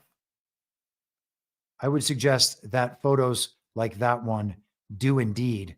And one more. Here it is. Oh, come on. The link is dead? Give me a break. All right, so we're just going to look at the picture then. Here is the dancing girl of Myanmar translated to the current color revolution in Turkey. Pikachu, right in the middle of your water cannon color revolution scene. You get a little Pikachu. And Jake Hanrahan, the guy who posted this on X, formerly Twitter, says Pikachu amidst the ongoing protests in Turkey.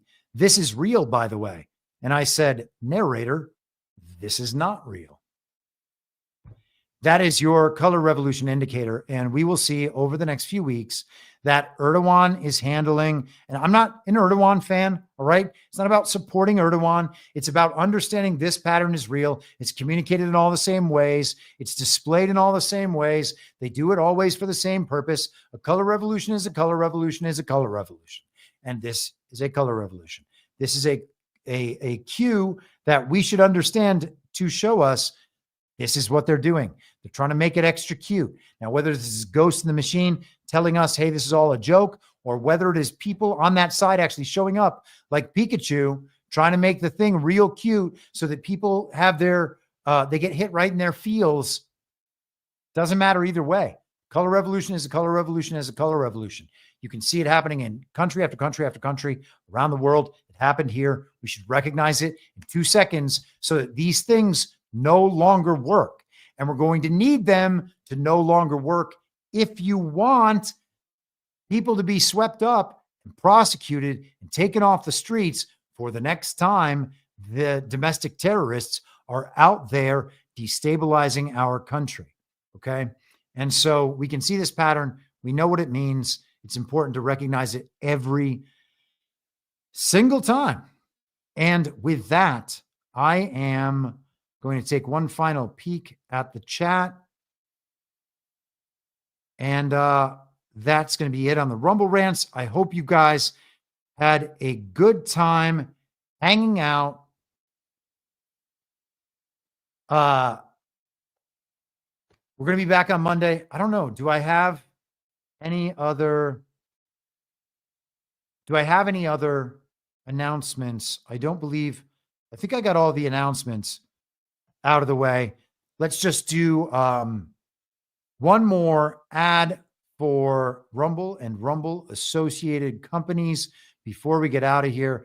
And I have no qualms ever about doing these ads, because if you follow me on social media, you know that I use only, well, now I'm on YouTube for however long, but I use only alternative platforms. So when I get the opportunity to help Rumble out and help Truth Social out while supporting the places I use, I'm going to do it. So if you're looking for a great place online for news, discussion, and entertainment, then check out Truth Social, Donald Trump's social media website. You'll get breaking news stories and commentary from top media figures. And if you want to see Trump's legendary Truth Social posts, Get on Truth Social today. Join a growing community of patriots on a free speech platform designed to avoid censorship and cancellation by big tech. Make your voice heard. Join the movement. Join Truth Social. And we just talked about this the other day. Donald Trump actually does call Truth Social the real voice of America. And I would hope that that's because that is where he is gauging the public response to his agenda without the censorship and interference of those other platforms. And so for those reasons, I think it's important to make your voice heard on Truth Social. Everybody participates in the incentive and punishment structure on Twitter, the party of false decorum as it exists online, thinking that that is where all the important information comes from. It does not, and it does not have to. Twitter is just the new television. The ultimate impact is by communicating things to the president, and then the president using his megaphone and the powers of his office. All right. Attention farming all day long, trying to go viral with hot takes for clicks and follows. That's not maximum impact. Maximum impact is the president. And that's where he is. So I think it makes sense to be over there. And with that, I will be back on Monday at the same reasonable time on the same reasonable podcast network. I don't have a network. Masks and lockdowns don't work. They lied to you about a pandemic. And Joe Biden was never president. Well, what? You know who I am, don't you? Well, you ain't Fiona Apple, and if you ain't Fiona Apple, I don't give a rat's ass. What's wrong with being an angry prophet denouncing the hypocrisies of our times? What do you think, Max? Do you want to be an angry prophet denouncing the hypocrisies of our times? Yeah, I think I'd like to be an angry prophet denouncing the hypocrisies of our times. It's not true. It's more true than I would perhaps prefer. You down. We do a little trolling. It's called We Do a Little Trolling. What? In my mind, that's the end game. If you're listening for free and would like to support the show, the best way to do that is by signing up for a paid subscription at imyourmoderator.substack.com. You can find the info stream over on Telegram at t.me/veryreasonable. The merch site is cancelcouture.com. And for all my other links, you can visit linktree.com/imyourmoderator. And I'll see you soon. Down on the range.